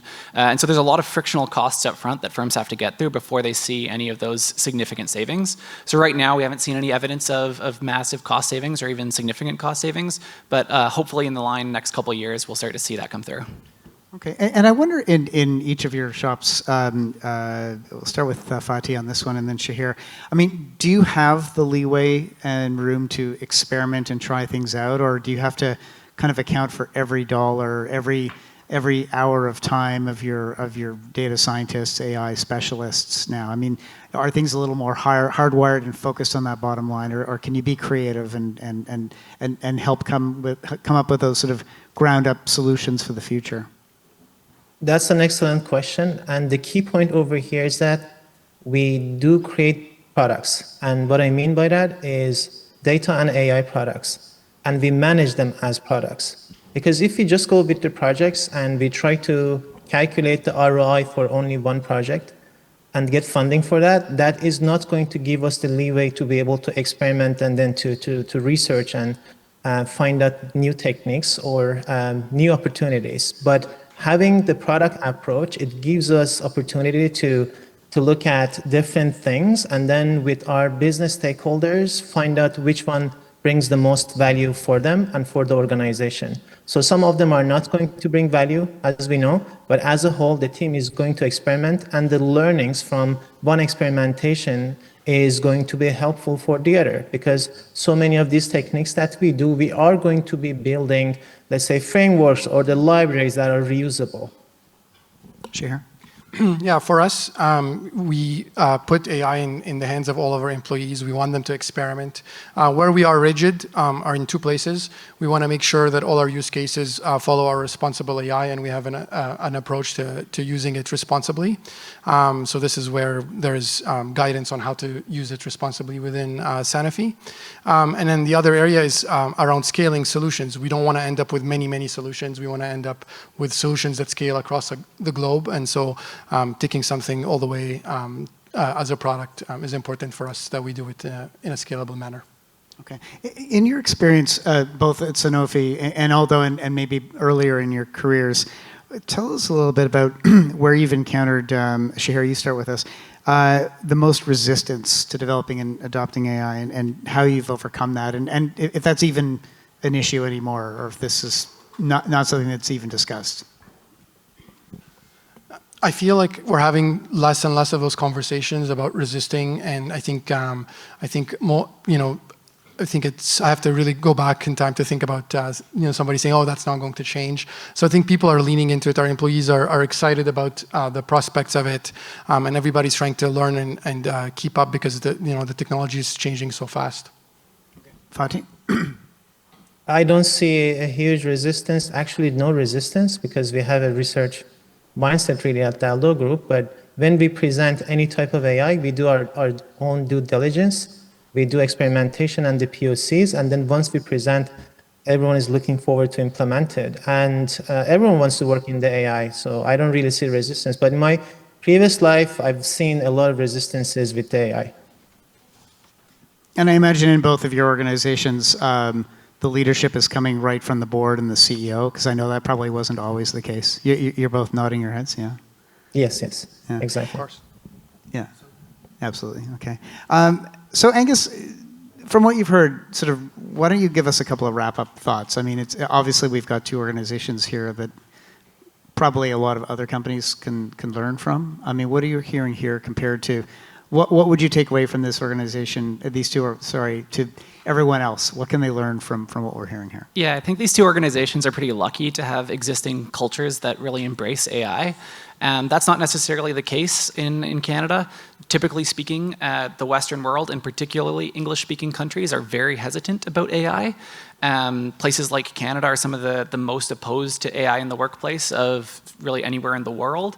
And so this is the place that you're going to experience the most issues with getting especially individual workers on board and convincing them that using AI tools is actually going to benefit them. And if you can't get the individual workers on board, it's going to be impossible to roll out AI across your entire workforce.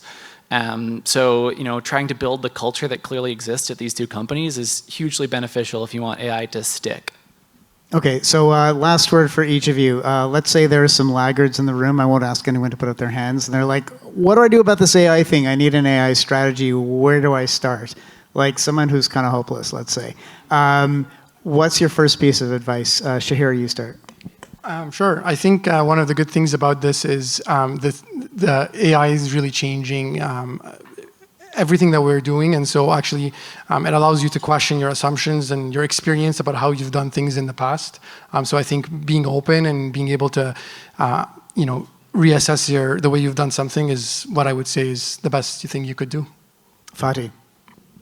I think you need a champion, someone that can help you to go through this, to create a strategy, and to showcase some of the quick wins or the early wins, and do it as soon as you can, because this whole thing is getting very. Everything is going to change, and all the industries are going to change. The sooner you are going to be doing it, is the better. Last word to you, Angus. Yeah, I think if you're looking for a very first starting point, chances are somebody in your organization is already using generative AI on some part of their job. So you just need to find them, figure out what tasks they're using it for, and then scale that wider. Thank you. Thank you, everyone.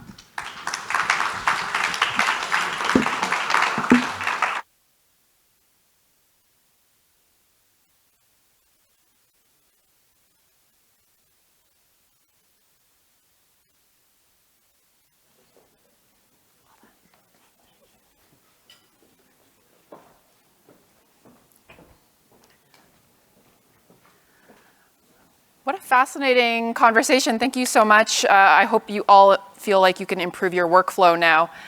So for our next interview, we'll be focusing on the human factor of AI and how humans fit within this new age of technology.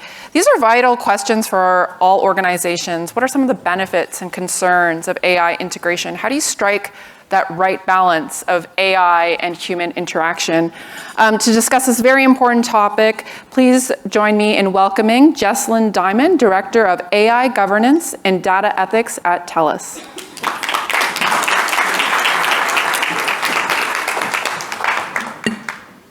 Hello. Hi. I'm really excited about this conversation. Thanks for being here with us today, Jesslyn.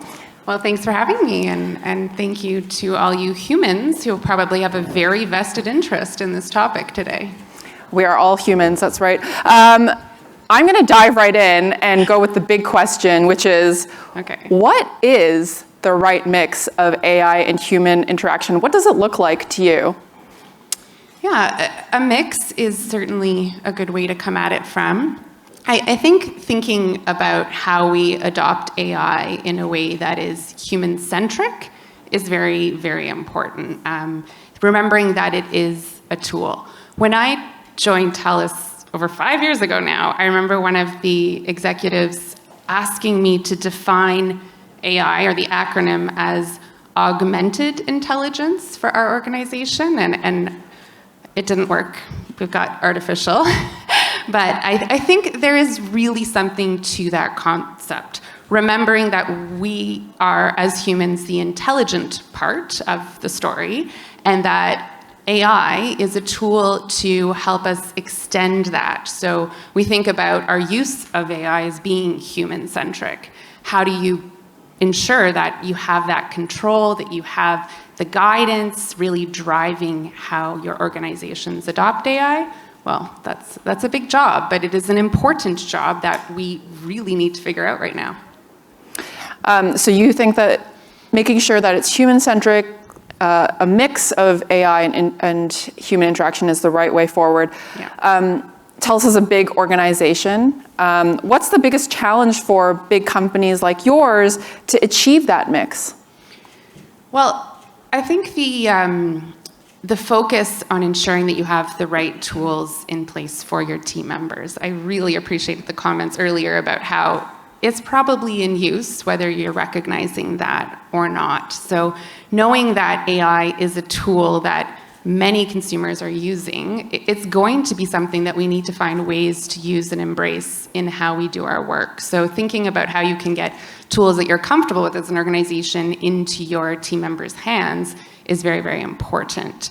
We, in designing our approach to how we would embrace generative AI, I can't believe it's been 28 months, completely changed the work I do in AI governance. So starting in building out our framework around responsible AI, I would work very closely with our data scientists, our machine learning engineers. The center of excellence is where you have these hubs of experts who are doing AI. Fast forward to ChatGPT, we now have this technology in every team member's hands. And so how do you scale a program that is built to support this incredibly powerful technology to support every single team member? That has been a huge exercise. And we knew early on we wanted to have an ability where our team members could do that experimentation, that innovation, invite them to use the tools, but always thinking about the guardrails that go alongside that and working very closely with those experts around how you develop and build platforms that can support AI to ensure you have a platform where your team members can innovate. And when you understand the controls and the flexibility around which models are being used for which purposes and what type of data, all of that kind of needs to be built into the workflow so that you have confidence and trust ultimately in the tools that come out of it. So ensuring that throughout that journey, there's AI literacy alongside it is really critical. Just on the topic of the wider public becoming more interested in generative AI with ChatGPT, how has the ubiquity of AI changed consumers' expectations of their experience with the technology? It is something we need to stay attuned to, I think. And there is such opportunity right now to be a leader in providing those solutions for consumers. I think we're seeing that happen as new companies and new tools and techniques emerge. We all know how quickly things, the 5-second examples that Ken had at the beginning were pretty powerful. So I know as a consumer in Canada, that isn't always the experience I have. So I think finding ways to integrate the technology into your products, your services, your customer experiences is so critical. And there is incredible attention right now on the large language models themselves. I think the bigger job ahead for all of us is thinking about how these fundamental AI technologies integrate into our products, our services, our experiences, how they accelerate them, how they reimagine them, and create the solutions that are ultimately going to unlock what the promise of this technology is. The team that I'm part of at TELUS is focused on trust, and there's a lot of work in that space because in order to be able to bring about those benefits, we do need to have trust that it's going to work in unexpected ways. So that is a critical piece of the puzzle, recognizing that it's not just ensuring the technology works, but having your customers and the communities broadly understand that it's going to work in ways that they're expecting it to is very critical. So having that trust in not just the technology, but that in the outcomes that come from it. I'm glad you brought that up because, yes, there is the excitement and wider adoption of generative AI, but there are also concerns around data and privacy. Mm-hmm. And if you get it wrong, it's like really wrong with AI. You don't feel small with AI. That's the challenge, for sure. What do you see as the biggest mistakes, a potentially harmful mix of AI and human interaction? Or maybe mix isn't the right word even. Yeah, there's a concept in the traditional machine learning space and development of software as well of human in the loop.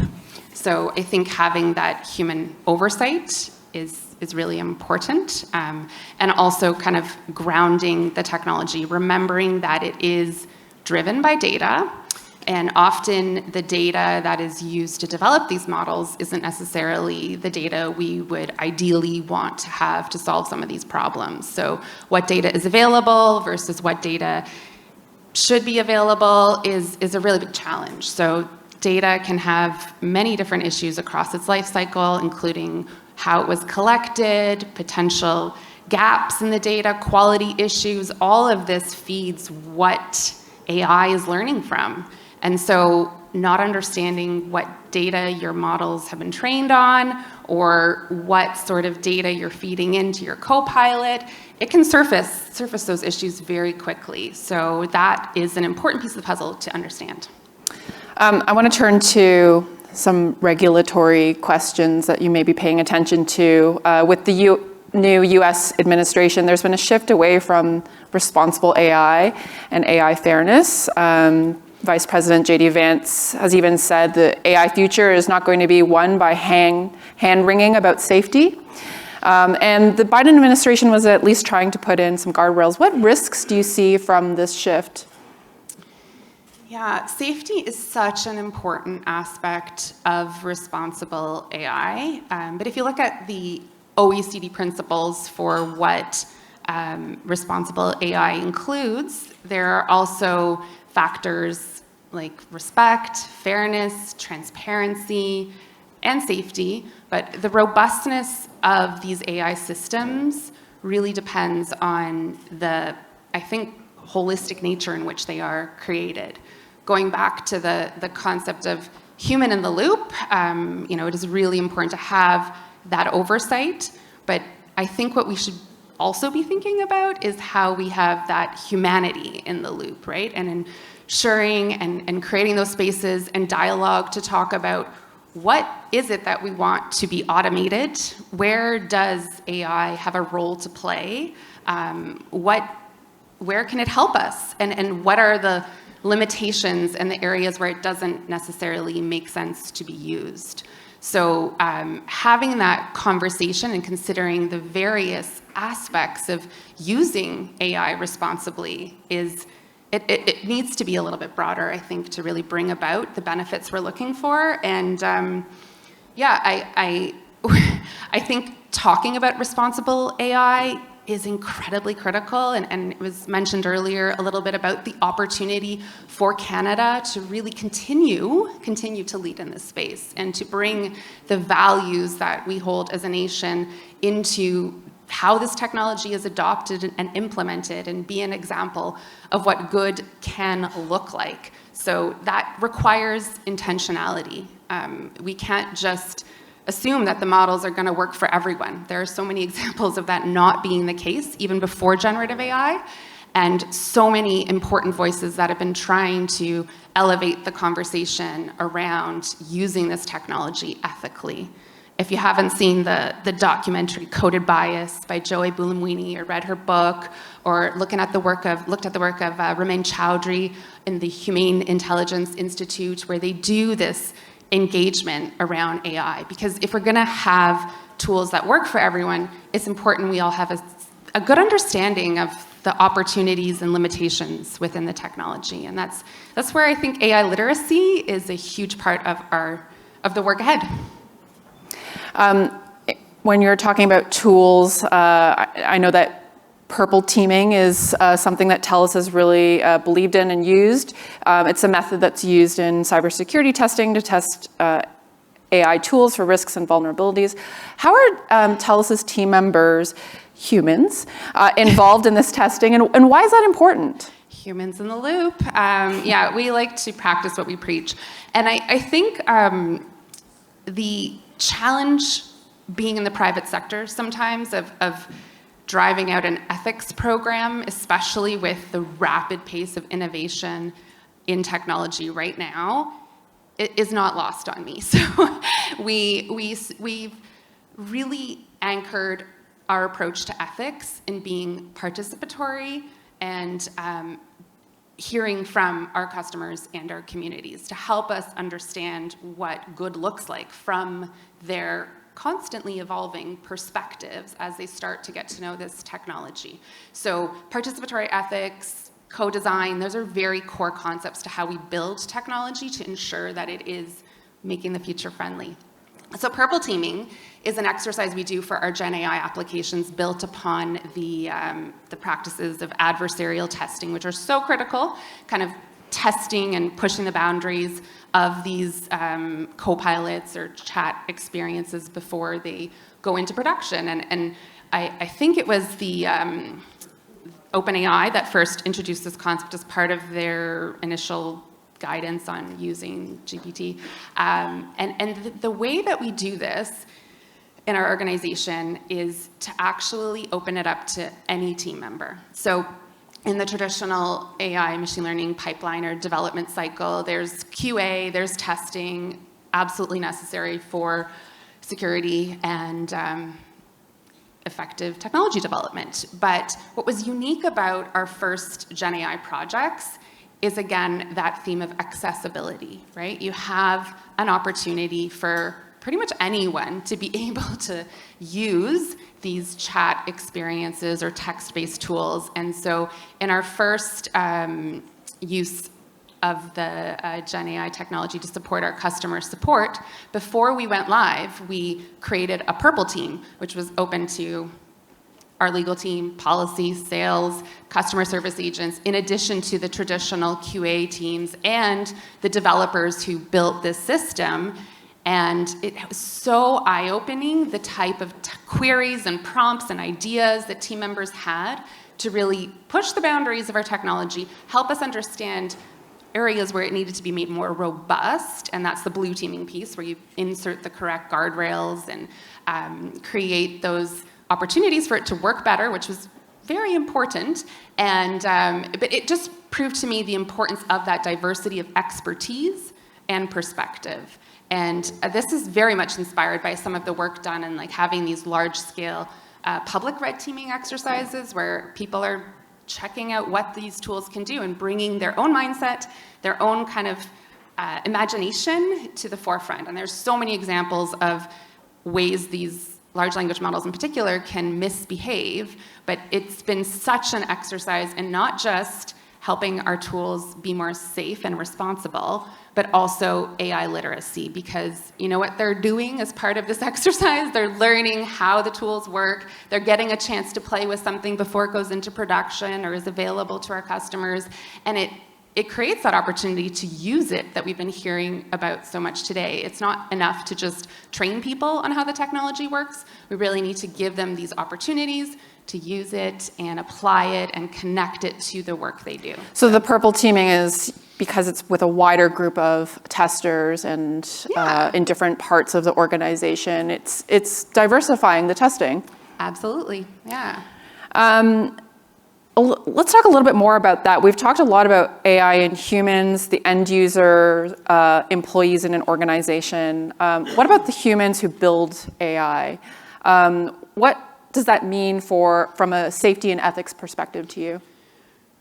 Well, I'm always learning from the people who build AI. I'm not one of those people. I'm a librarian by training.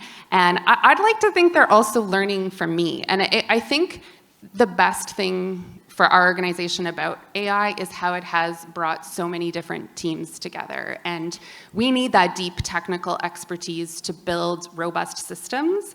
But we also need different disciplines to come together. And so a lot of the work we do in our organization in AI is propelled through our responsible AI squad, which is a cross-functional team of different teams coming together to hear about examples of what's working well, different use cases, different projects, different mistakes, so that the teams can share experiences and learn from each other and bring their different expertises to the forefront.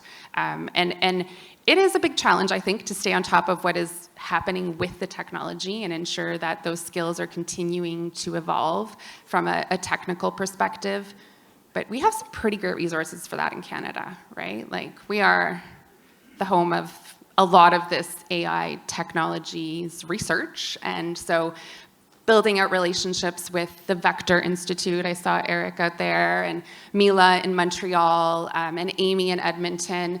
These are really great resources for us to learn as a business about what the latest research and how it is applied becomes part of our work. But what about in terms of the data and bias and the development of LLMs and that kind of, like making sure that there are diverse perspectives in those areas of AI development?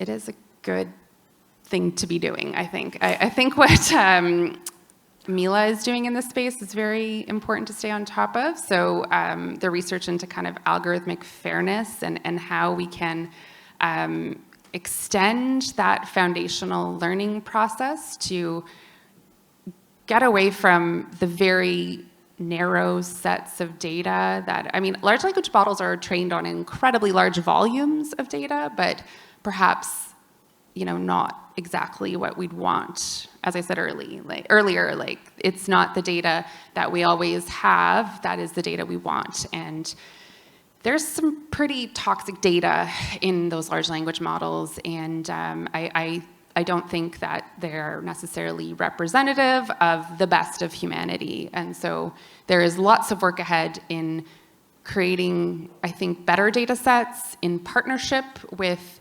communities and different diverse groups across Canada. Maybe we'll end with your call to action. What do you think Canadian leaders should do to ensure responsible use of AI as we race to innovate? I think I've had a few thoughts about this in the course of this conversation. So there's the work around AI literacy. So you've got your team members and that education around how to integrate the technology into the way we're doing work, and hearing from your customers about where they're looking for AI to improve their experiences and what their sort of boundaries and comfort in that space is. So having that idea of where it will add value and some of the limitations we need to be mindful of, I think really should be led by that input and perspective of the voices of humans across the country. And the work that is happening in research in AI in Canada is something we should be really proud of right now and continue to support and learn from. And if you're looking to implement AI literacy within your organization, there is an abundance of resources from our Canadian AI Research Institutes about how to put that into practice. Our teams do workshops and different research projects with them that are quite applied to our own use cases. And that has really helped shape the way we use AI as an organization. AI literacy is something that we can all work on. That's some great advice. Thank you so much, Jessalyn. Thank you for having me. This has been a fantastic conversation. Can we give a hand to Jessalyn?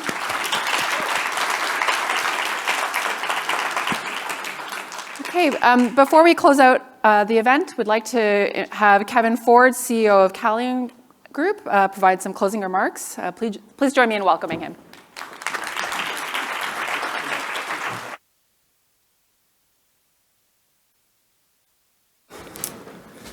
So my job as CEO of a publicly traded company, 5,000 people globally, dealing with the macro environment that we're working in today.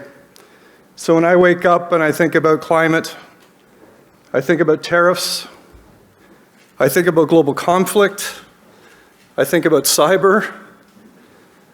There's a reason why I have no hair left. And then, oh, by the way, as my team will talk to me, we got to talk to you about AI, Kevin.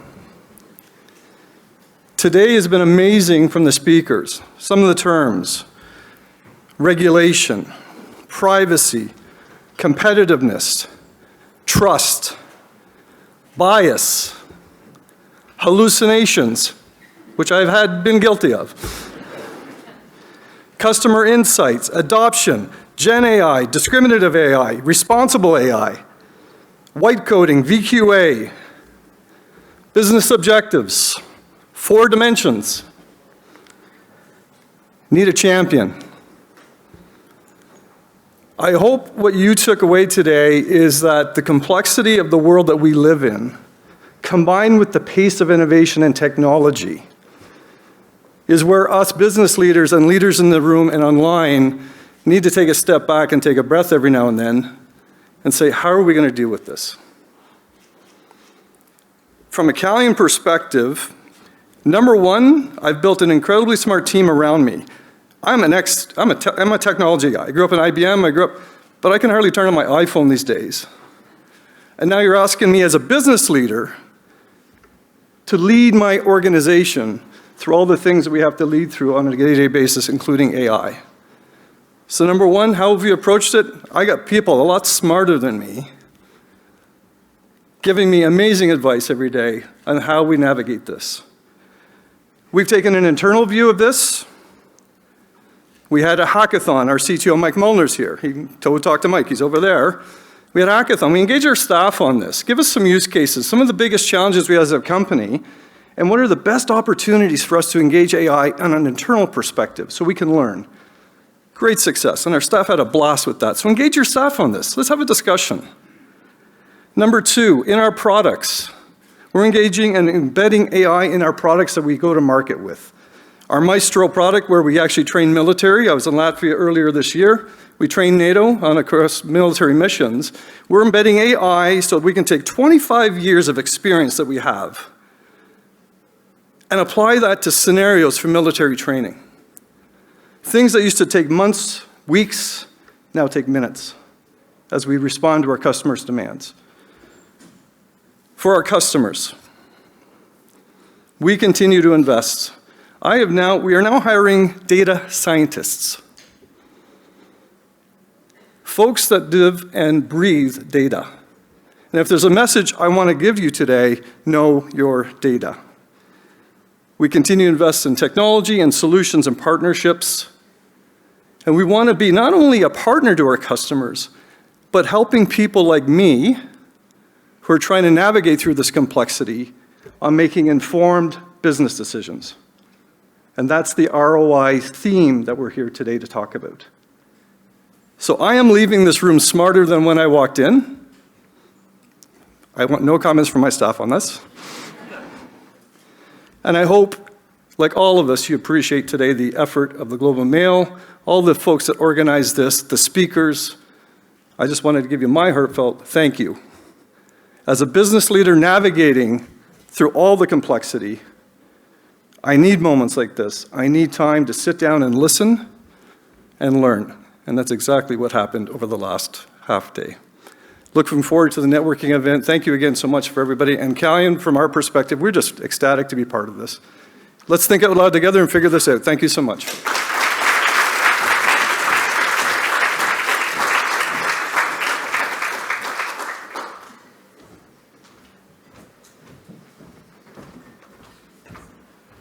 Well, I hope we all feel a little bit smarter after today. What a fascinating set of discussions and speeches. A great summary from Kevin. I've been writing down a few points I picked up during the day, and I just thought I'd refresh everyone's memory. I'm sure you all have a few things you wrote down. This is not comprehensive, but just a few takeaways. Definitely, we heard about needing sandboxes in organizations to let people play with the data so they could upskill. Whether you have a one-way or a two-way door to issues, don't penalize your employees for trying, especially in the AI space.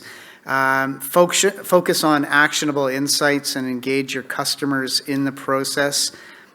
Without a business problem to solve, AI is arts and crafts. There's a need to find use cases with real applications. AI is transforming the way we work, and every one of our jobs will be changed by AI. Although if they can't make the transcribing software better, it's not going to change. I still transcribe myself. Get comfortable and curious with how it works. Make sure to work with frontline, and this is something I picked up on a side conversation, but it's worth sharing here. Make sure to work with your frontline employees to ask what they can benefit from and automate the things that help them rather than just take away the things that they like and that help their workflows. And embrace AI to augment what humans can do, but also look to build solutions from scratch and rethink the way things are done. So on behalf of the Globe and Mail, I'd like to thank Callian for sponsoring today's event. I'd also like to thank all of our panelists for their valuable insights, and all of you, our audience here in the room and online, for listening in. We will be sending out a survey regarding today's event. We would greatly appreciate if you could take a minute or two to complete it. For virtual attendees, a QR code will now be put up, allowing you to complete it. And a link to the recorded webcast will be sent to all registered participants within the next 2 weeks. So thank you, everyone, and enjoy the rest of your day. And to our in-house audience, please join us now for a networking session. Thanks.